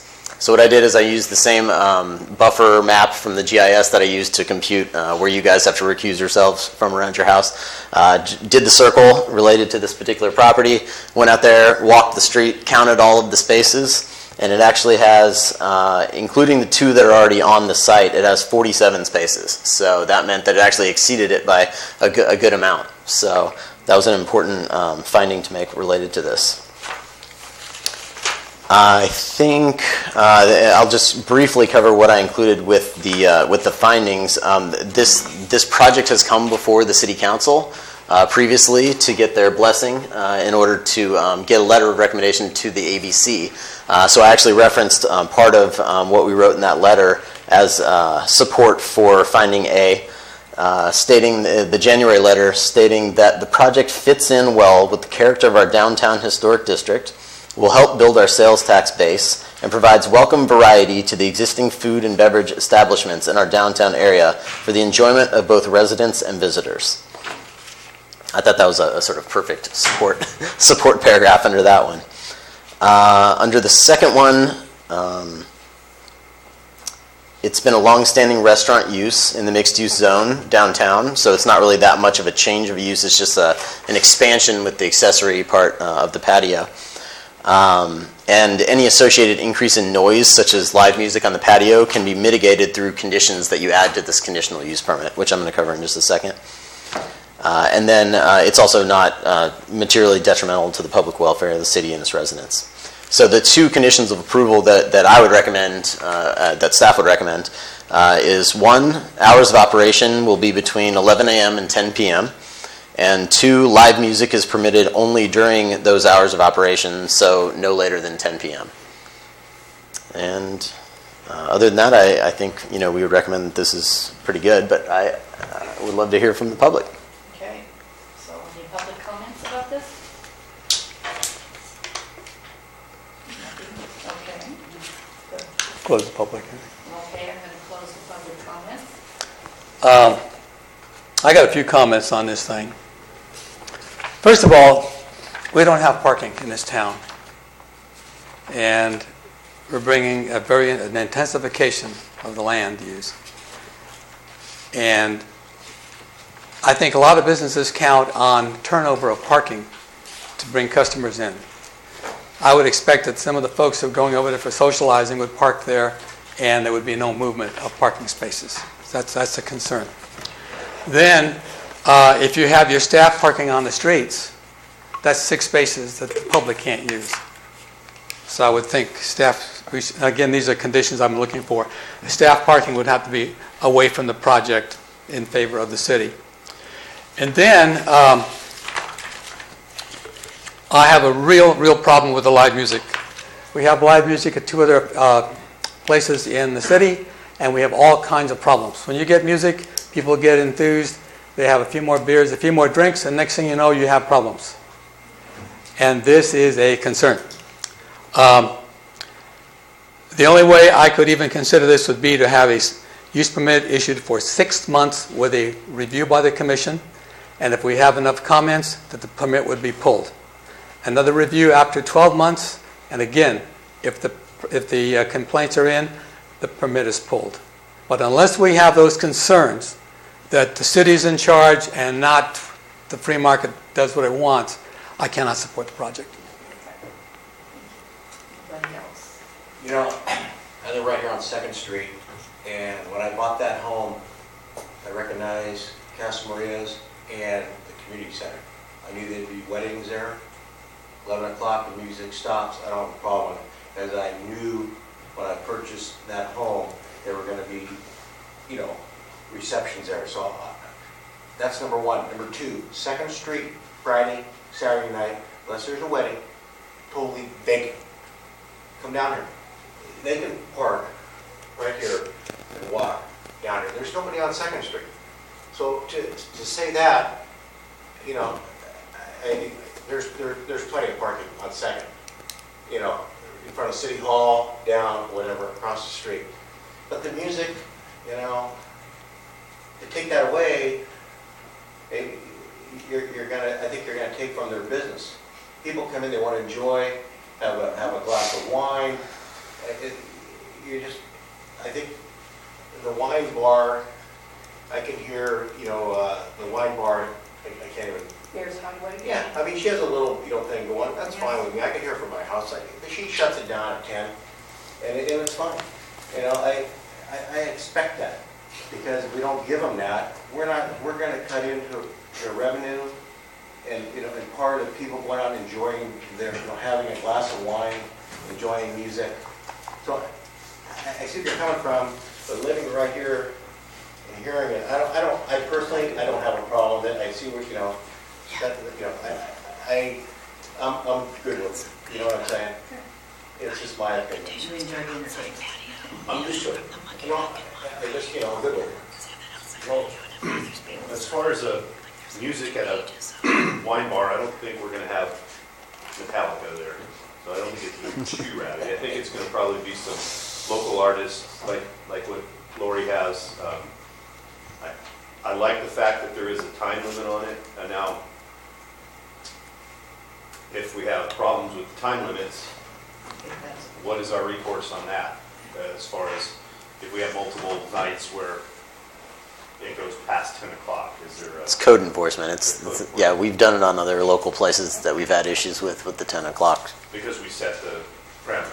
Yep. Because we don't, correct me if I'm wrong, we don't really have a noise ordinance right now, do we? We do. Do we? Mm-hmm. Okay. But you can still put conditions. Yeah, no, and that's great. Most of us walk into town. We walk to Bears, and my wife and I live all day on the end of town.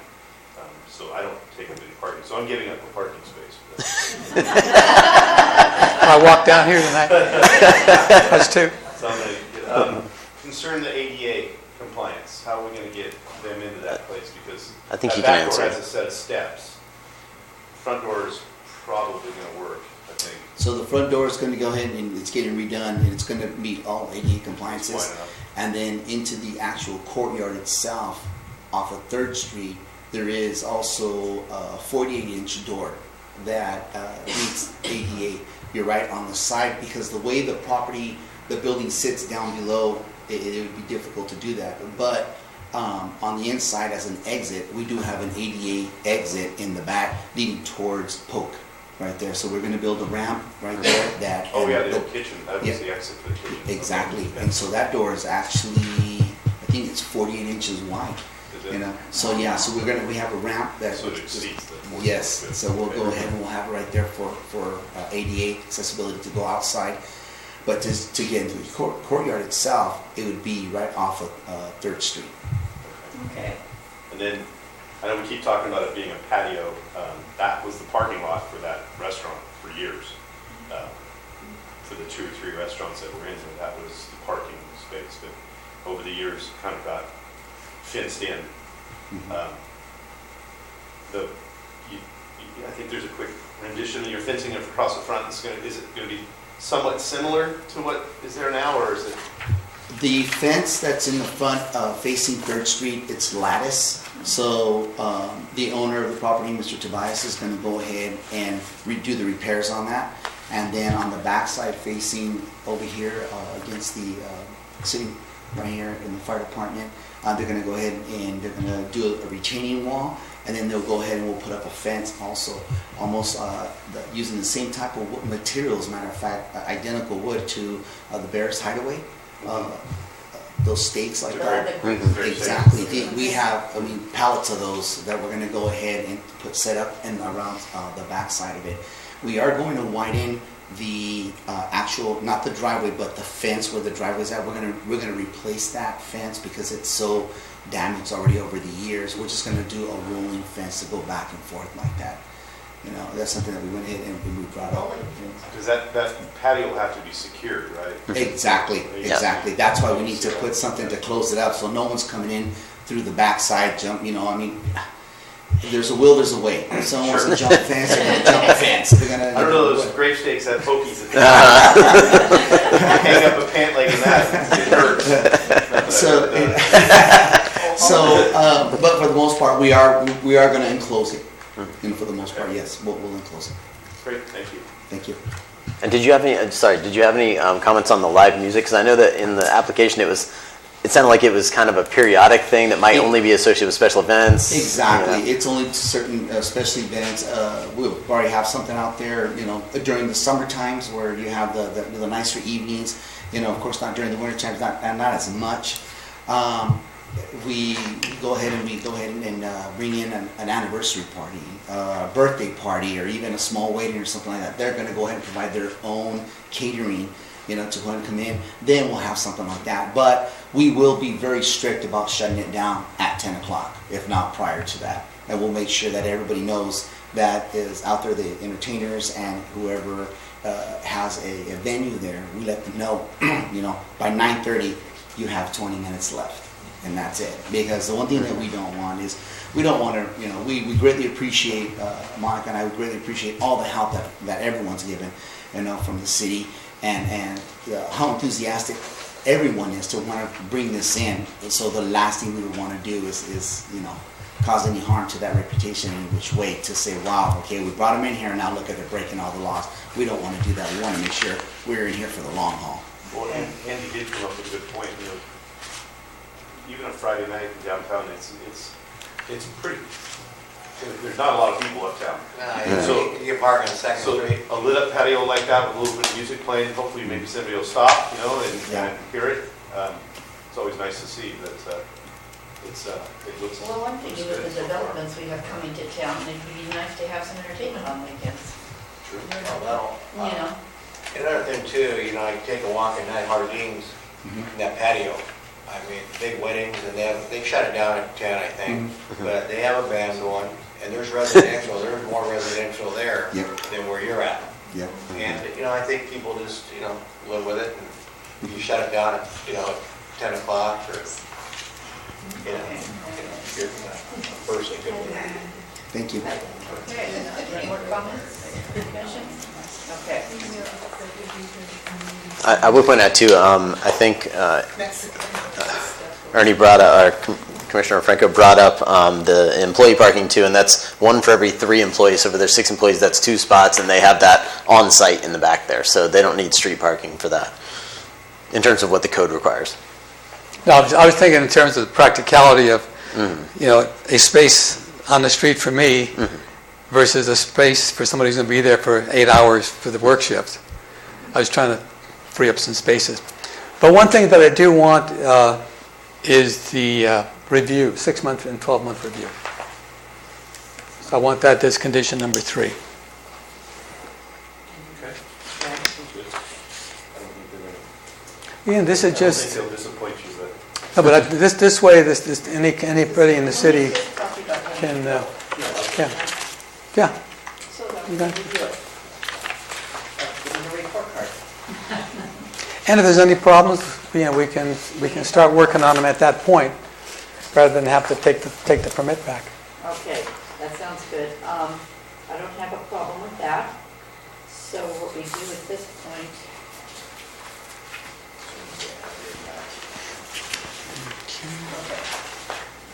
And that's a planning commission review. I just want to specify who's doing the reviewing. The planning commission will You guys. review Okay. in 6 months, at 6 months and 12 months from the date of, well, the regular Okay. meeting of that month.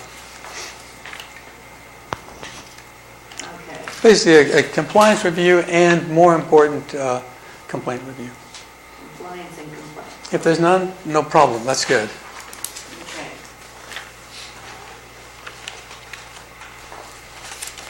Okay. Any other comments at this point? So I ask for a approval of the conditional use permit. You get that one? So this is another 2-parter. I think I forgot to mention this afterward that this. So we need to do this one at a time? Yeah, but this qualifies for a CEQA exemption under the infill category, and so there's a resolution for the CEQA exemption, and then also for the conditional use permit. Okay, thank you. So first of all, we need to approve a resolution making a determination for a categorical exemption for conditional use permit for the use of an outdoor patio as an accessory use to a wine and beer tasting establishment at 322 3rd Street under section 15332 infill development projects of CEQA. Is there a motion to approve this? I'll second that. Let's see. It's resolution 12. 12. Second. Okay. I move to approve it. And you can second it. Okay. All those in favor say aye. Aye. Aye. Any noes? The ayes have it. Okay. Then the second part is to adopt a resolution approving conditional use permit for the use of an outdoor patio as an accessory use to a wine and beer tasting establishment at 322 3rd Street. Okay, is there a motion to? This is what you wanted to add here. Yeah. This is where we wanted to add with a 6-month Condition number 3, yeah. and 12-month Yeah, Planning Commission review at 6 and 12 months. planning commission review of compliance and Complaints. complaints. Okay, So 6 and 12 months, and that should do it. and that's 6 months from the time they open. Is that what I'm assuming? That's probably the best. Yeah. Okay, Opening day starts the clock. from opening day, okay. All right. Well, Madam Chair, on those conditions made, I move that the Planning Commission adopt Resolution 2017-13, a resolution of the Planning Commission of the City of San Juan Bautista approving a conditional use permit, CUP 2017-33, for the use of an outdoor patio as an accessory use to wine and beer tasting establishment at 322 3rd Street. Okay, all those in favor say aye. Aye. All those opposed, no. So the ayes carried again. Okay. Okay. Now we're looking at an approval of the site and design review permit for multiple family residential two-story duplex at 1114 3rd Street. And this is applicant Daniel Lopez. This one is yours. Okay, so do we get a staff report on this? Yeah, from Roger finally. Yeah, Kick back here. This item here was continued from the last meeting, as you recall, and the applicant has gone back to the drawing board, reflecting some of the concerns of the adjacent neighbor as well as the commission, and they've submitted a revised plan. Mr. Lopez is in the audience there. His changes is that he took that one unit that was adjacent to the property owner and slid it back to the rear setback so that it will not interfere with the light and view of the adjacent property owner there. He restricted the second driveway as an independent driveway because it was right into the roundabout intersection of the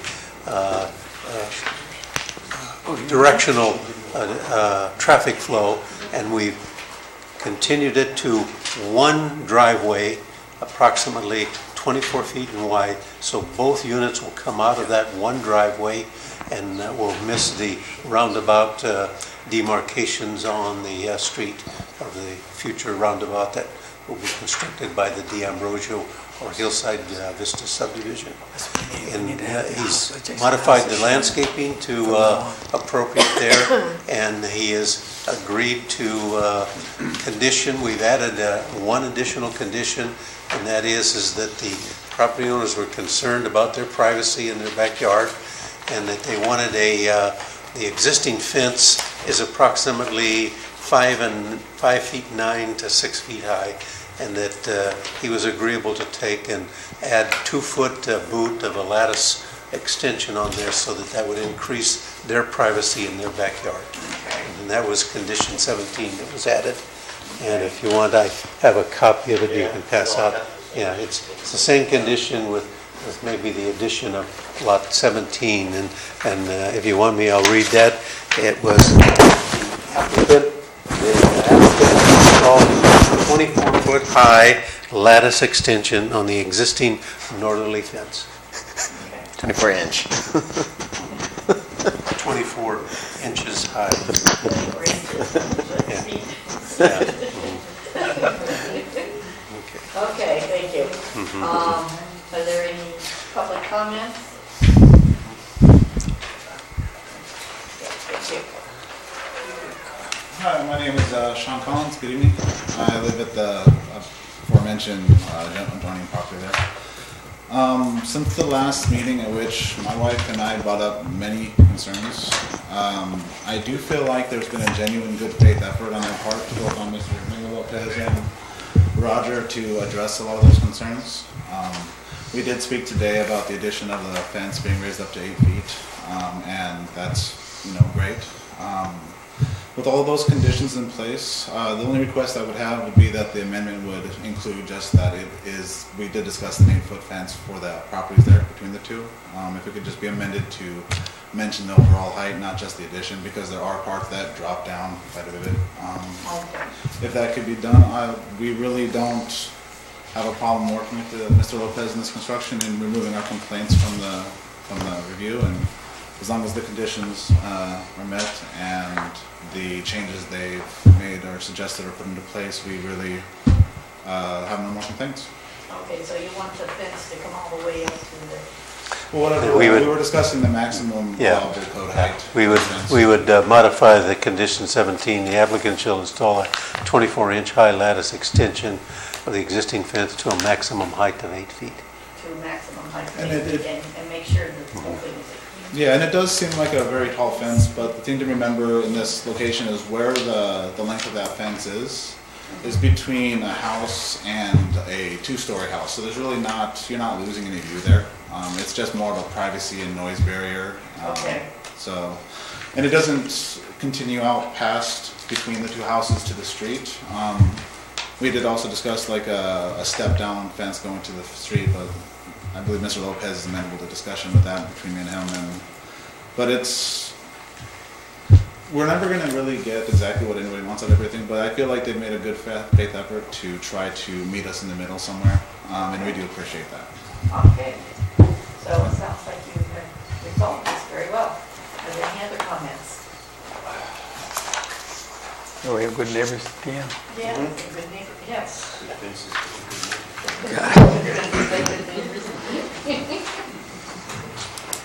Okay, so what we need to do now is close the public comment. Is that correct? We have comment disappear.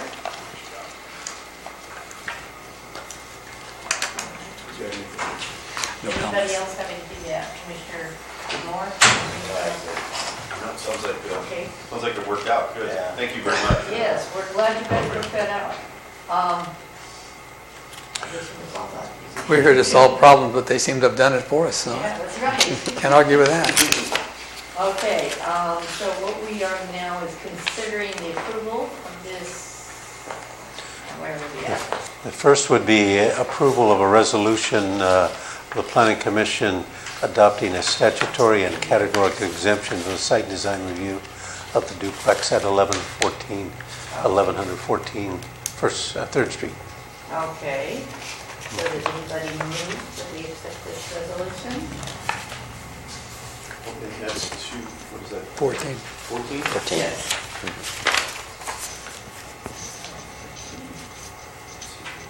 This one, says D.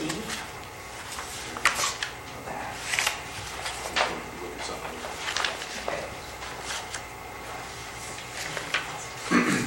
I'll go ahead and move the resolution of the Planning Commission of the City of San Juan Bautista adopting a statutory and categorical exemption for the site and design review SDR 2017-101 for a multiple family residential 2-story duplex at 1114 3rd Street.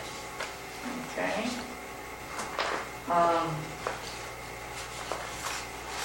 Is there a second for that? Okay, all those in favor say aye. Aye. Aye. Any opposed say no. So the aye carried. Okay. So there's 2 things here. Am I supposed to do another one for the Yeah.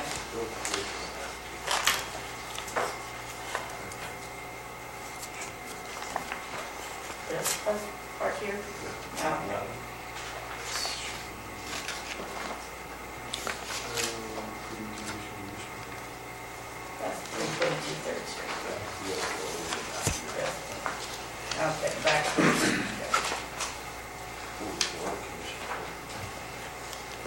Okay, so we're looking at,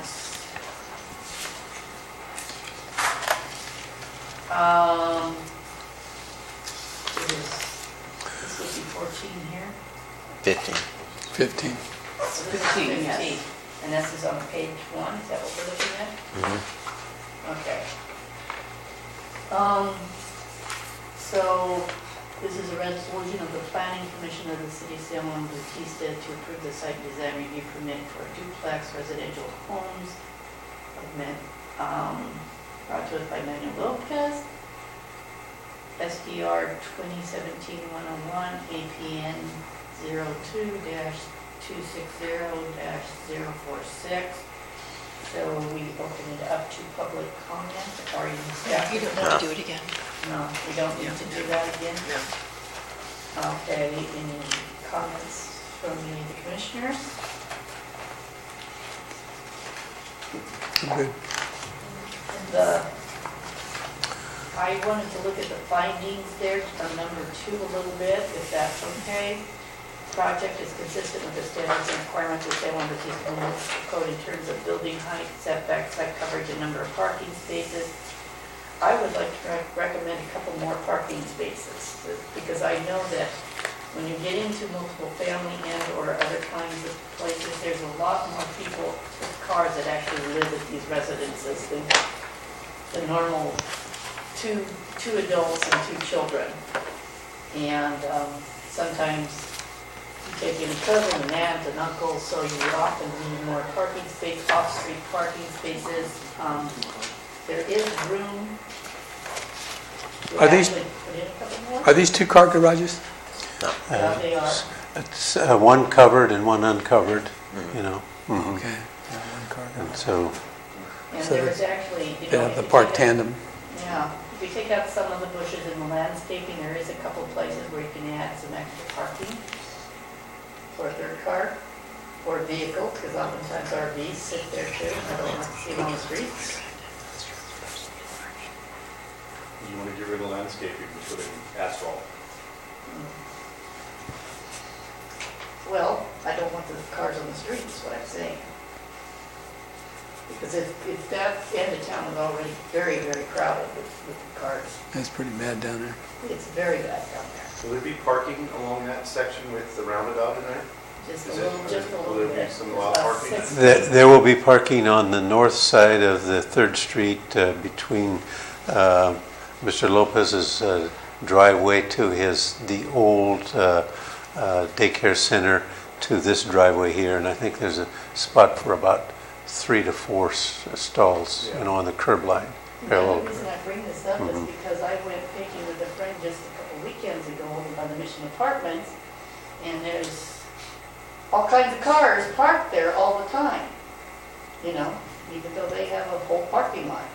There's all kinds of cars on the street all the time.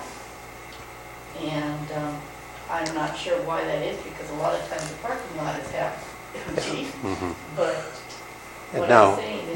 with the site design, you know, there's a 10-foot storm drain easement along the north property line, but parking can occur in that, so Yes. the applicant could forego some of the landscaping right there and then just have a parking parallel space there, approximately 7 feet wide, and it would be over the line, but it's, you know, mobile, and if they ever had to work on the line, then it could go. And that's an alternate to what Commissioner Boyd has said, is you could add additional, and it would only just increase the parking lot imperviousness. Okay.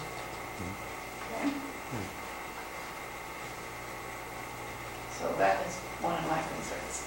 Hey, Roger, what's going to happen, I call it the de-ambrosia project, when you said sold it? Is there going to be parking there on 3rd Street, at Donner, on the side where they're going to build? On the south side, there will be some limited curb parking along that, yeah. And But that's when they there should are widen the 8 street. lots there that And will they have did. driveways, and so, Okay, you know, okay, so okay. it's not going to be all parking, it'll be limited, yeah. Okay? I think we're looking at the practicality of this particular site, just where either he has a right to have the duplex and the minimum parking, but in reality, it's not going to be enough for families parking. You may not even get a spot on the street. I mean, at the time this was a daycare center, when it was approved, they should have widened the street then. And they didn't. And so we have all this stuff in the way, and it's too late now. But bottom line is that's where the problem started. The commission has dealt with this in the past, and that's where the problem started. So we're basically doing a favor by bringing this up and trying to find more parking for the applicant.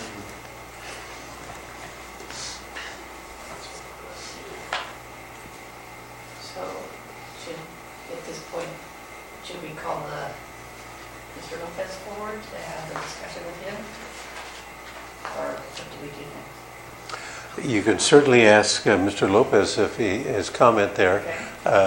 From the standpoint of the city, there is additional space to handle additional parking on site, but you'd have to give up the landscaping. Yeah. Would you like to do that? Would you like to do that? Take the landscaping out to put parking? That's up to the commission. That's up to them. Commission here. Manuel Lopez, I really don't have much to say other than we have two parkings per building, and I don't know how many I'm required. I believe it's 2. Now I'm asking for an extra condition, you're right. you're asking for what? I'm asking for extra parking, you're correct. You're asking for extra parking, Yes. which leaves me thinking. I know that you asked for it, but am I required to do it? If it's a condition of approval, yes. Am I required to put more parking? If they include it as a condition If they of approval, include it, yes. Yeah. And just take it out the landscaping? That can be done. Okay. How many more parkings did you need Well, I'm thinking of at least one extra parking place per unit. per unit? So 2.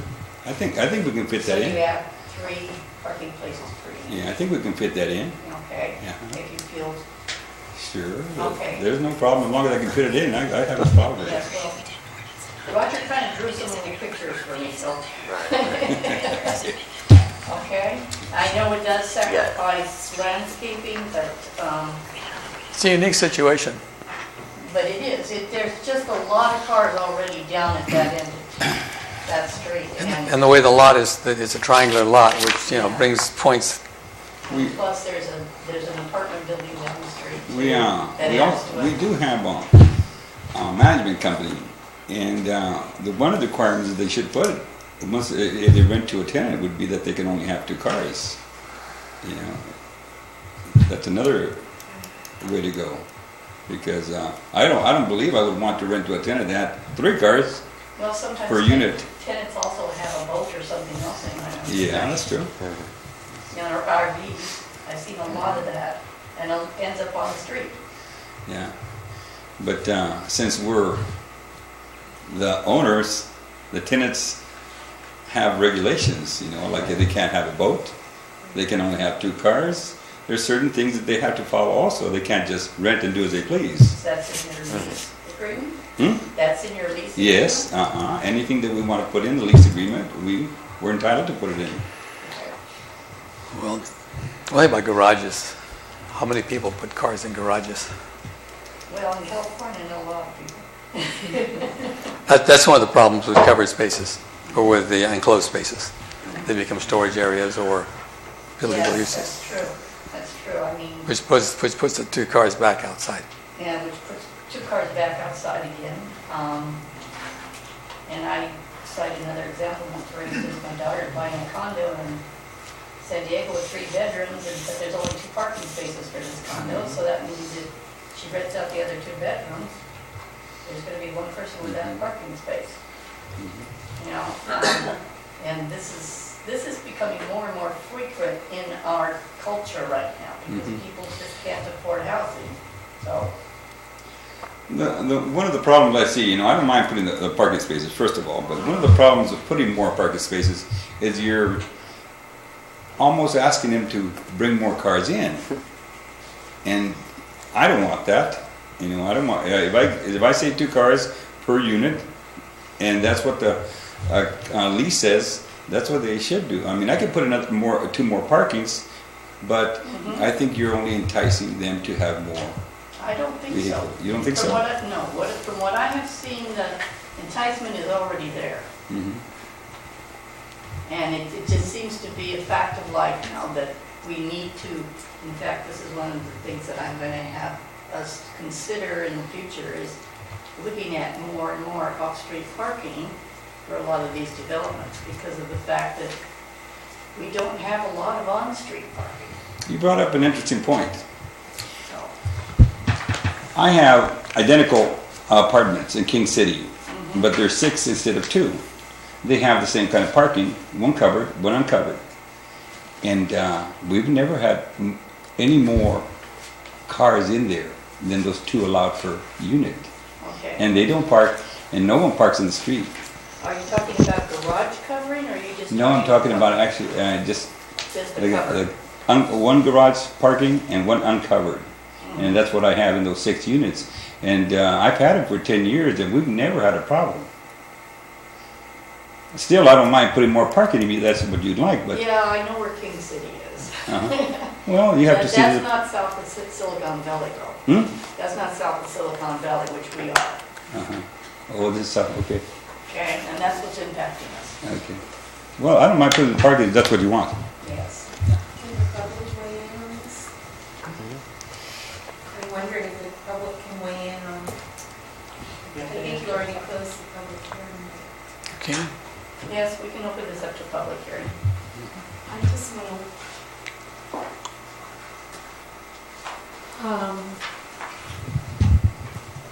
I just can't see a lot of paving, for parking.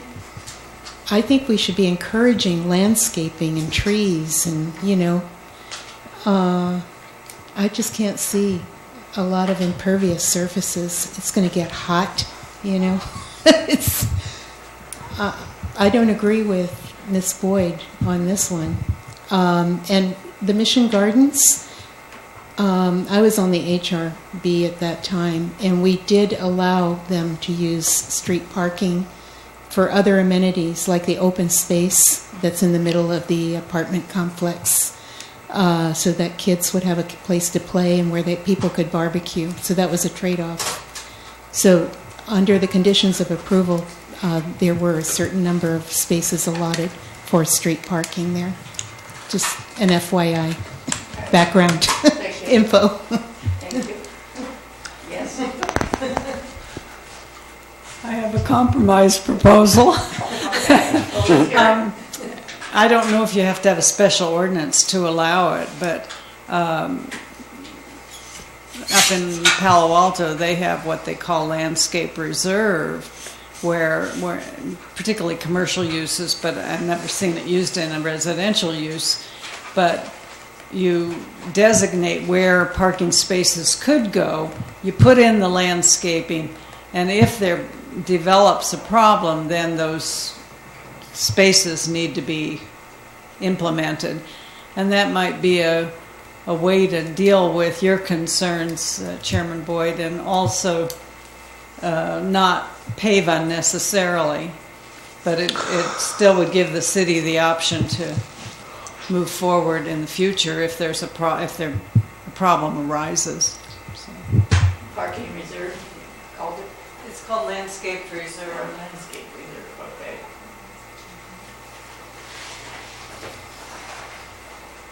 Any other comments from the public about this? So public comments are closed, anything else?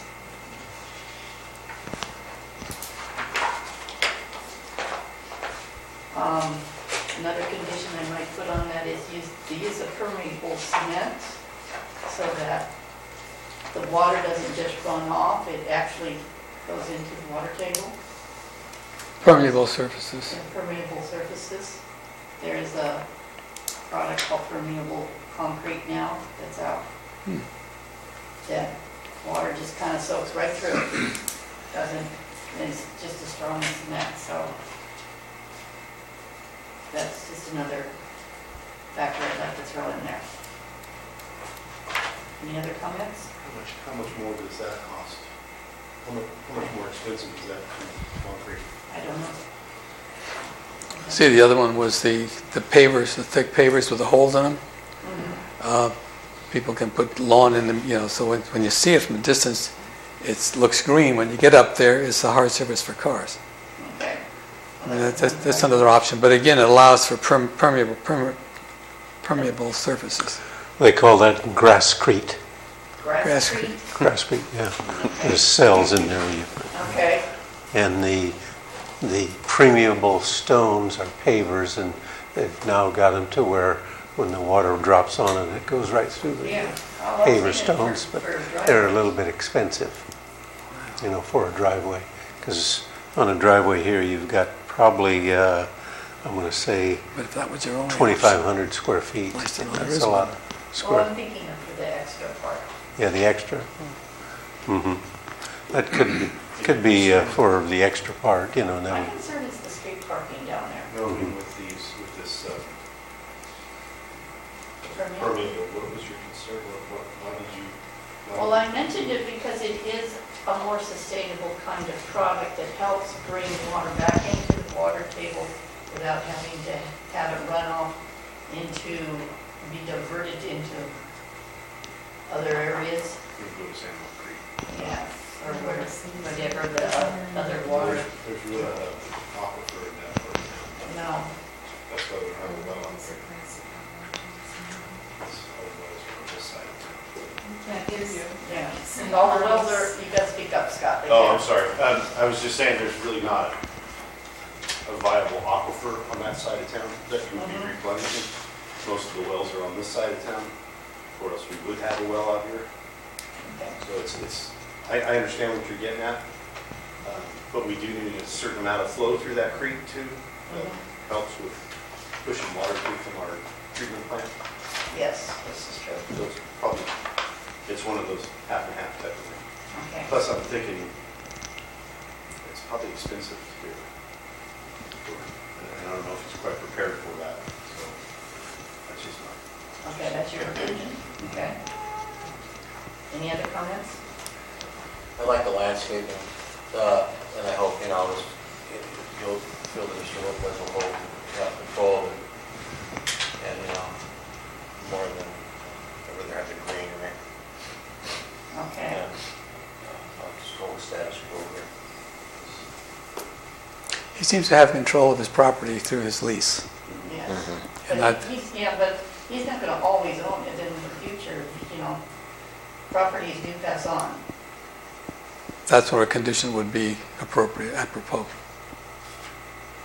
So that it doesn't affect him because he's doing it right. But you would be able to, in future, it would be covered. Okay. Okay, so looking at that, are we going to consider approval for this site of multiple family residential? 2-story duplex, as is. Adopting a categorical exemption for infill development projects, a CEQA. That's been done. Yeah, you already That's did that. 14. No. We're getting into the resolution approving the site design review, and that would be subject to, right now, 17 conditions. The 17 conditions, okay. That was the other one that we're looking at back there? Yes.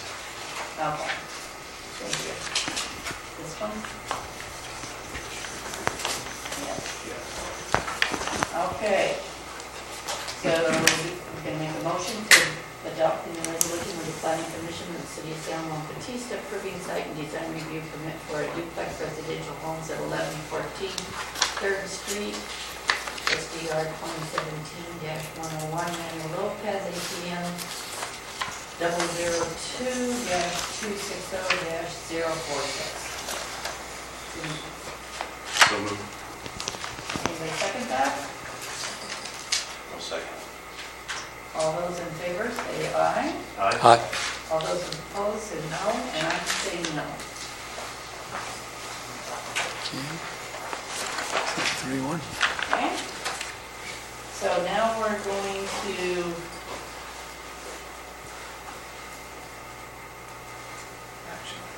action items. It's 3 and 1. 3 to 1. Oh, Yeah. where are we at? Oh, this one. No. Action item, stop sign at 3rd and Franklin Street, okay. So, That's referred up from the Historical Review Board. that's the carryover to the historical review board. So is there any more staff reports, public comments? Well, I think the applicant had been talking about what Chairman Hopper had mentioned, a sit-down group to talk about it and review it. So we want to, so what are you suggesting then? That we, Well, if we don't do that, then I would move that the Planning Commission, in fact, overturn their resolution to put a sign at that location. I think you recommended the city council to Recommend to the city council that they rescind rescind this, yes. okay? Mhm. So this is what we're asking right now? We're going to make a motion for that? Well, I think that's what the whole discussion has been about. Yes. If you do the committee, that's A. If you don't do the committee, then I said, let's run that up to the council. Okay, so do we want to do the committee or not? Are you going to have some public comment on it? Okay, The question on the committee, if we do a committee, would it only be 2 of us? Maximum. Yes. Maximum, unless we post it? you have to. Then Right, it's it'll be a around regular that planning meeting, commission meeting. Yeah, okay. So we can have 2 of us and 5 people from the public? Mhm. Okay. So is there any public comment about this? Go ahead. Well, I'm happy with your action at the Historic Resources Board, but if you do choose to go with the committee, I'm certainly would be volunteering to be willing to participate, but if asked. But I think it might be better to just go straight forward with a recommendation to rescind. So, but it's up to you. Yes. Go ahead. It was my understanding that at the Historic Resources Board meeting, 3 of you voted to rescind. And so I'm hoping that you'll adopt that recommendation and not spend more time, spinning wheels. Thank you. So, at this point, does somebody want to make a motion? Okay. I'm going to close the public comment first. Are there any more comments? And I close the public comment. Go ahead. Okay, I move that the commission ask the council to rescind their resolution requiring work at the corner of 3rd and Franklin. It's also Pierce Lane. Pierce Lane and Pierce Lane, yeah. Yeah, we don't have the number of that resolution, so I would have put that in my resolution. Okay. The council action we don't have, Yeah. We don't have the council's resolution. or then reference to it to know what number to use. Okay. But I would say rescind resolution such and such, or your resolution such and such, and rescind it, yeah. Okay. Well, I second that motion. And let the clerk fill in the numbers. Yes. You got it? No, I don't have it, but You can find it. it'll be in my notes. We can get it. Find the bottom. Thank you. Okay, let's take a vote then. All those that say aye. Aye. Approve? Aye. That's, is there any who? No. 3 ayes and 1 no? Okay, to rescind this resolution. Okay? The council. Discussion items, okay. Website revision team, do you have a report?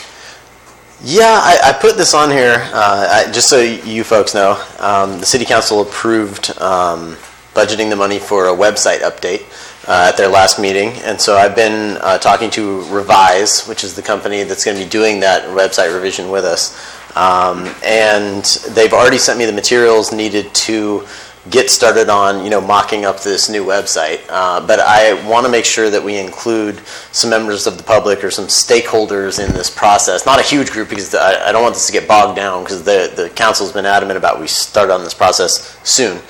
But I wanted to put together sort of a select committee to work with me on the beginning stage of this process, where we design the aesthetics and the themes and color palette and branding type things.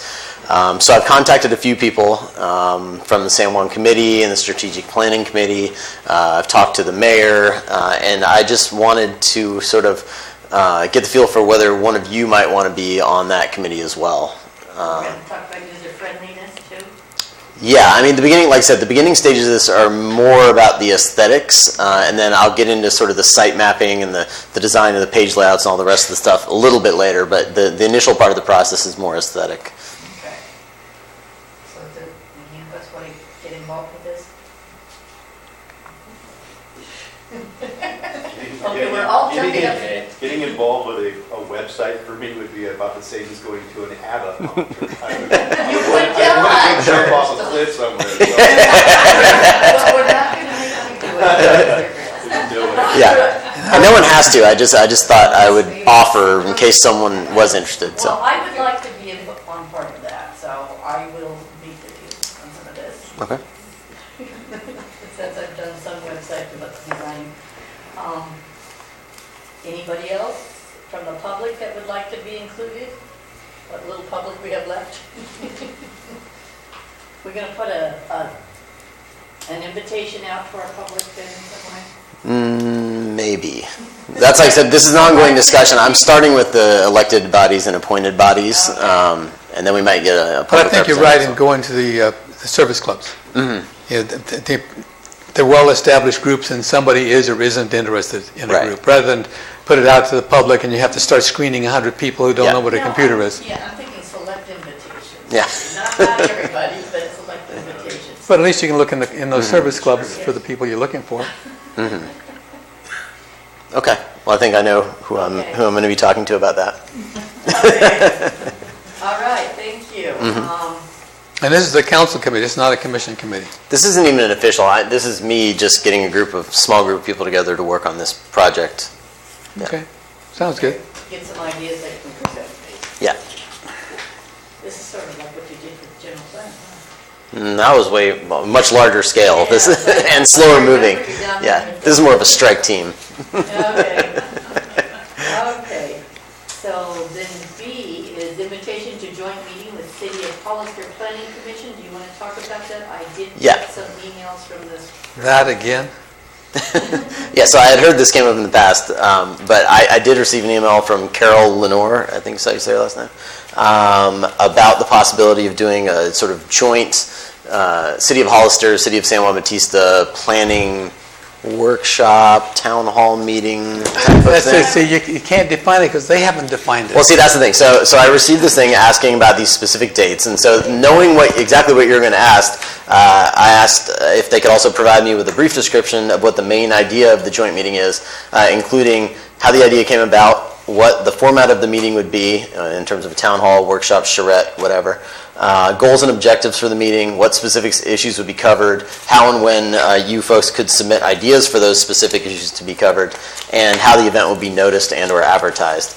And they, as you pointed out, were very vague about all that and said that they'd be discussing it at their next meeting on April 27th. Now, who's going to be the discussing? What's that? Who's going to be doing that discussing?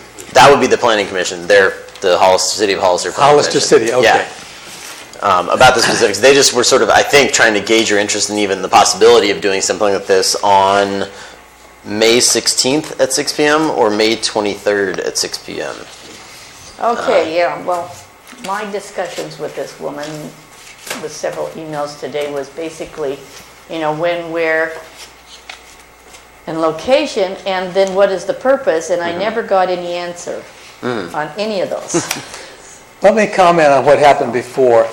I have no problem with having a multi-agency type meeting because you don't bring up the whole agenda, you bring up key topics, maybe 3 topics for the day, 3 next time, but you don't try and do everything at once.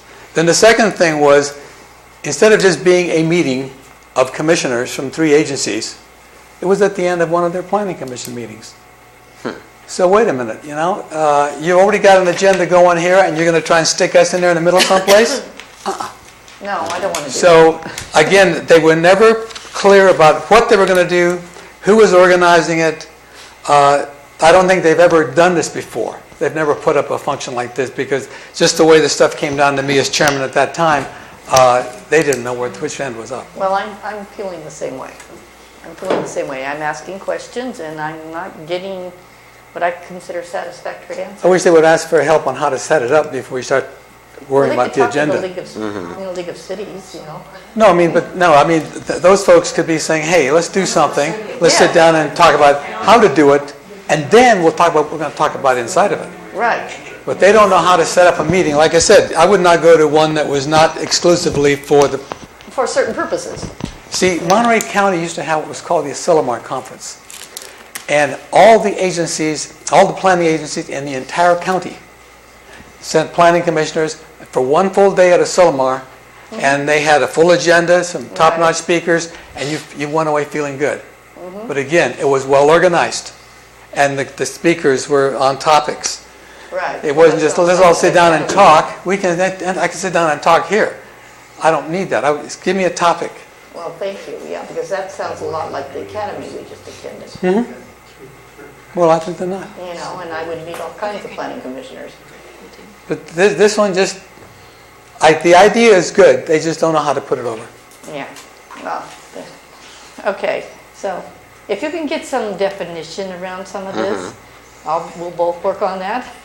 Here's another sort of alternative approach. Given that you've had experience with this in the past that didn't go the right way, I would be willing to meet with you guys and put together sort of a skeleton outline of what you would be willing to participate in and present that to them to sort of give a little guidance. That might be a way to approach it, where you can say, we're interested if A through Z happens here. If you want to talk about some maybe joint things that we have going, but I don't. Joint concerns. The thing is, this is May, so we still have some time here. Like how 156 is going to connect us. We still have another meeting before then anyway, so we could take some time to do that if you were interested, but if you're not, that's fine. Well, I think the idea is good. Anytime you get together with multi-agencies and talk about common problems, you can solve them. But what are the common problems? Again, but how to put on a meeting like this, you really have to know how to do meetings. Yeah. And so I just felt that somebody over there did not know had never done a meeting. It isn't, let's all sit down and talk. No, our time is too valuable. Yes. Okay. But yeah, if they want to do something good, I'm for it. So. Okay, so I'll say you're possibly interested if they present a more concrete plan for what. And only what, that just not as part of somebody else's agency meeting. Right, and I put standalone as part of it. Yeah, Standalone meeting. Okay. Okay. I think Matt's got the direction that he can interface with Lenora and... Yeah. Good. Thank you. Pretty much, your concerns are pretty much exactly what I listed in those bullet points. Really, they are. I'm going to crystal ball in the office. I would like to recognize Ms. Bonk. Oh, I'm sorry. But wouldn't it be more valuable to include the county planning commission? Because we're surrounded by county. No, they're part of it. Then you could find out what's happening here and things that actually affect us. No, they were part of it last time. Yeah, I think they were actually part of it last time when it didn't work out. It didn't work yeah. out. But yeah, I'd say go for all three. Yeah. If they got the same concerns that I had at that time. Yeah, the county would be. Yeah, because if you're not discussing specific San Juan Bautista or Hollister issues, you're talking about county issues. So it would make sense to bring in the umbrella organization as well. Just the fact of look at Earthbound when we had Supervisor Botello here. That was an eye-opener. And it's about time for him to come again. We had Supervisor Botello come by and present what was happening in the county. He brought his planning director. It would be a good idea. Yes, I've talked to him frequently, but that would be a good idea to have. We can work with the chairman, maybe you can have him come in again because, what's happened in the year. Yes, so should we request a report from Supervisor Botello? Is that what we... He came. Yeah, but I think Matt has to interface with both the city of Hollister and there before we implement a board of supervisors, because they're extremely busy. Oh, yeah, no, I meant him to come to our planning commission meeting like last year. Okay. Okay. At this point, we're down to comments and reports. Planning Commissioners Conference report they're asking for now. You want to say anything? That was great. Did we do one last time? Yeah, we did. Well, a little bit of one. I wanted to add to it a little. I did get some information about it. Now's the time. Besides, yep. No, I was just going to read sort of the topics. Besides ethics and the high cost of free parking, we got into what happens before a project approval. That was very eye-opening for me to see all the back work that goes on in the office. We got a legislative update. Made me almost scared to do anything. A role of planning commissioner, how to influence sites and win great design, and what planners need to know about city finance today.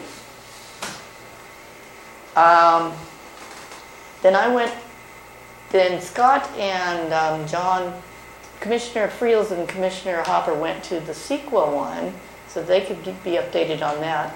And I asked for permission to go to another one because it was talking about streets and places and how small projects can lead to big changes. And of course, this was dealing with Los Angeles, but inside of that were a lot of ideas about how to build community. And I found it extremely valuable.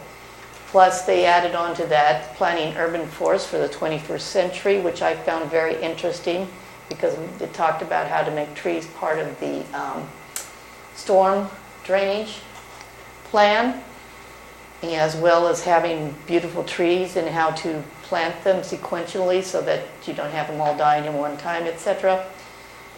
And then, of course, they talked about findings, and more findings, the kind of stuff that we needed to really know about. Then the play at the end about the City of Dysfunction Junction was how to conduct an effective meeting. So, any case, so it was a very profitable endeavor. I do hope that maybe we can go again next year because there's a lot of stuff that they have for all levels of planning commissioners. The ethics portion was excellent. It was entertaining. The section on findings was excellent. The CEQA was overwhelming. And let's see, the city manager for Livermore is very proud of himself and all the awards that they've won recently. We got about 20 minutes of that. Which was pretty interesting.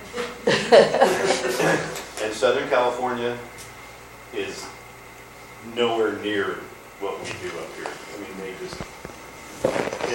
they grow and grow and grow and grow. It's just insane what they do down there. It's a whole different world. It's almost like you're in another state. You are. But we have the CEQA thing in the middle. But it was very rewarding. The finding section was pretty. That was a big eye opener. You just can't shoot from the hip, which is good. So it was a good class. Some good classes. Okay. So, are there any comments from the Community Development Director? I do want to point out one thing. We actually advertised one more conditional use permit this month that you might have noticed was not included at the meeting. What that was is that I had an application for a cottage industry bakery that was going to be operated out of someone's home over in the Creek Bridge neighborhood. After doing a little research, I thought, just given the basic set of circumstances, that would need a conditional use permit. But after a little research, it turns out that there was a law passed in 2013 at the state level that required every city, county in California to adopt some sort of measure allowing home occupation businesses in residential districts. And last year, as a matter of fact, they passed a home occupation ordinance here in San Juan Bautista that allows for that type of business in the residential area. So I worked with the woman and I got her a statement of compliance. There was a CEQA exemption for it, and I issued her a home occupation permit for her home bakery. So it's clear with the health department? Yep. She did a very good application packet, and I felt bad having to do the conditional use permit for it, and I'm really glad that I found all this out through a little bit of digging, so. But did they seal off the kitchen from the rest of the house? That wasn't a requirement that I saw in there. Oh, really? Mm-hmm. Okay. The law changed recently Oh, okay. on home kitchens. Yeah. It used to be very strict, and they've loosened it up maybe 5 or 6 years ago. Yeah. Okay. Well, that's It good sounded to like know. one of those economic recovery type of deals where they just wanted to kind of encourage any sort of economic activity. People need to make money. Yeah. The catering boom and the food truck boom kind of came in that too, so yeah, which is good. Okay. Yeah, so this is a boutique cake business called, I think, Claris Fondant Boutique is the name of it. And so I just issued her that and got her business license today. So she'll probably be in operation soon, I would I suspect. think she'll be selling it at the Tony's. I don't know, maybe. I think it sounds like a little more Yeah. Yeah. It does sound. And other than that, I'm just very encouraged by the amount of people that are starting to come in and talk to us about just all kinds of projects. I mean, I've worked a lot with, Anthony Ramirez, a lot of these, the lady who came in for that permit. We have a lot of people looking at doing secondary housing units, and they've all been very good about kind of saying, hey, I'm interested in doing this. How can I do it the right way? And so Roger and I have been working really closely with all of them so that we get those things right and we don't end up with that sort of accessory dwelling unit crisis that a lot of other areas are having. So I'm glad people are interested in doing it the right way and open to communication. Now, what do you think triggered all this? Housing crisis. And desire to make a little money on the side. I mean, that's another. Interesting, yeah. This is why I was looking at the parking thing. But we do have a secondary dwelling unit section of our code, and it is allowed in residential areas under a certain set of conditions. So, anyone who wants to come and talk to me about that, we're happy to talk to them about how to do it right. Ready to go? Yep. Okay. Okay. See, that's part of our job, too. Yeah. So he doesn't have to keep coming and asking questions. We do an ordinance for policy. He's got that in front of him and said, well, the planning commission said this. If you don't like it, you have to go see them. But we have cut a lot of their work down by having clear-cut ordinances and policies. Right. I agree with that. Because of that, let's see what our planning commissioner's conference report. I wanted to also say then I would like to have a joint session with the council to discuss a lot of these issues where we need to clean up some stuff too. Oh. And I have sort of a list that I've been going over with Mayor of things that I would like to present. Some of it has to do with, what did I do with that page? In case.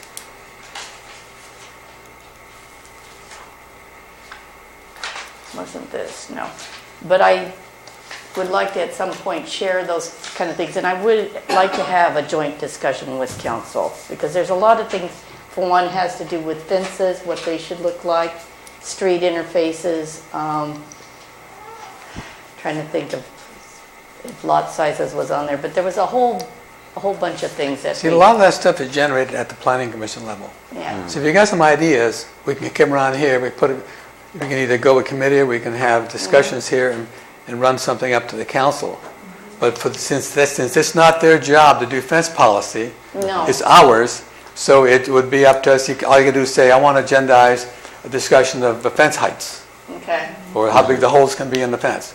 And we So I would talk about talk to that. Matt about putting this on the agenda. Let's just say, hey, I'd like to agendize, and it starts there. And then when you make your case, we can also figure, okay, how is this going to be done? But to go to council, that's not what you want to do. Anything goes to council, you want that to be a complete package. We recommend you adopt this for city. Okay. 6-foot fences with 2-inch knot holes. I think the standard is that if you wanted to put on something on the planning commission agenda, you go through the chairman, not through staff. To the- Yeah, through the chairman. Okay. Oh, yeah, through the chairman, John. Okay. Just make sure it's a good enough amount of time before the packet goes out, because sometimes we get lists, the day we're putting it out, and it makes it a little difficult to. I'll have to talk to him, but I also can say that the Brown Act allows you, if there's something that you want to look at, you can get a consensus of the planning commissioners at a meeting to have staff come back with a report. Another way that planning commissions do it is at the end of the fiscal year, they do a work program plan, and they put what's the priorities for staff, so staff knows, and they can tell you what amount of time is needed for things, and they'll put, 2, 3, 4 things on a work policy or a work program, and then, put some general time limits, like staff come back in 3 months with this ordinance, come back in 6 months with this, come back in a year. So just to give you some ideas how other cities do that. Okay, thank you. I appreciate that. It's good to know what the procedure should be. Okay.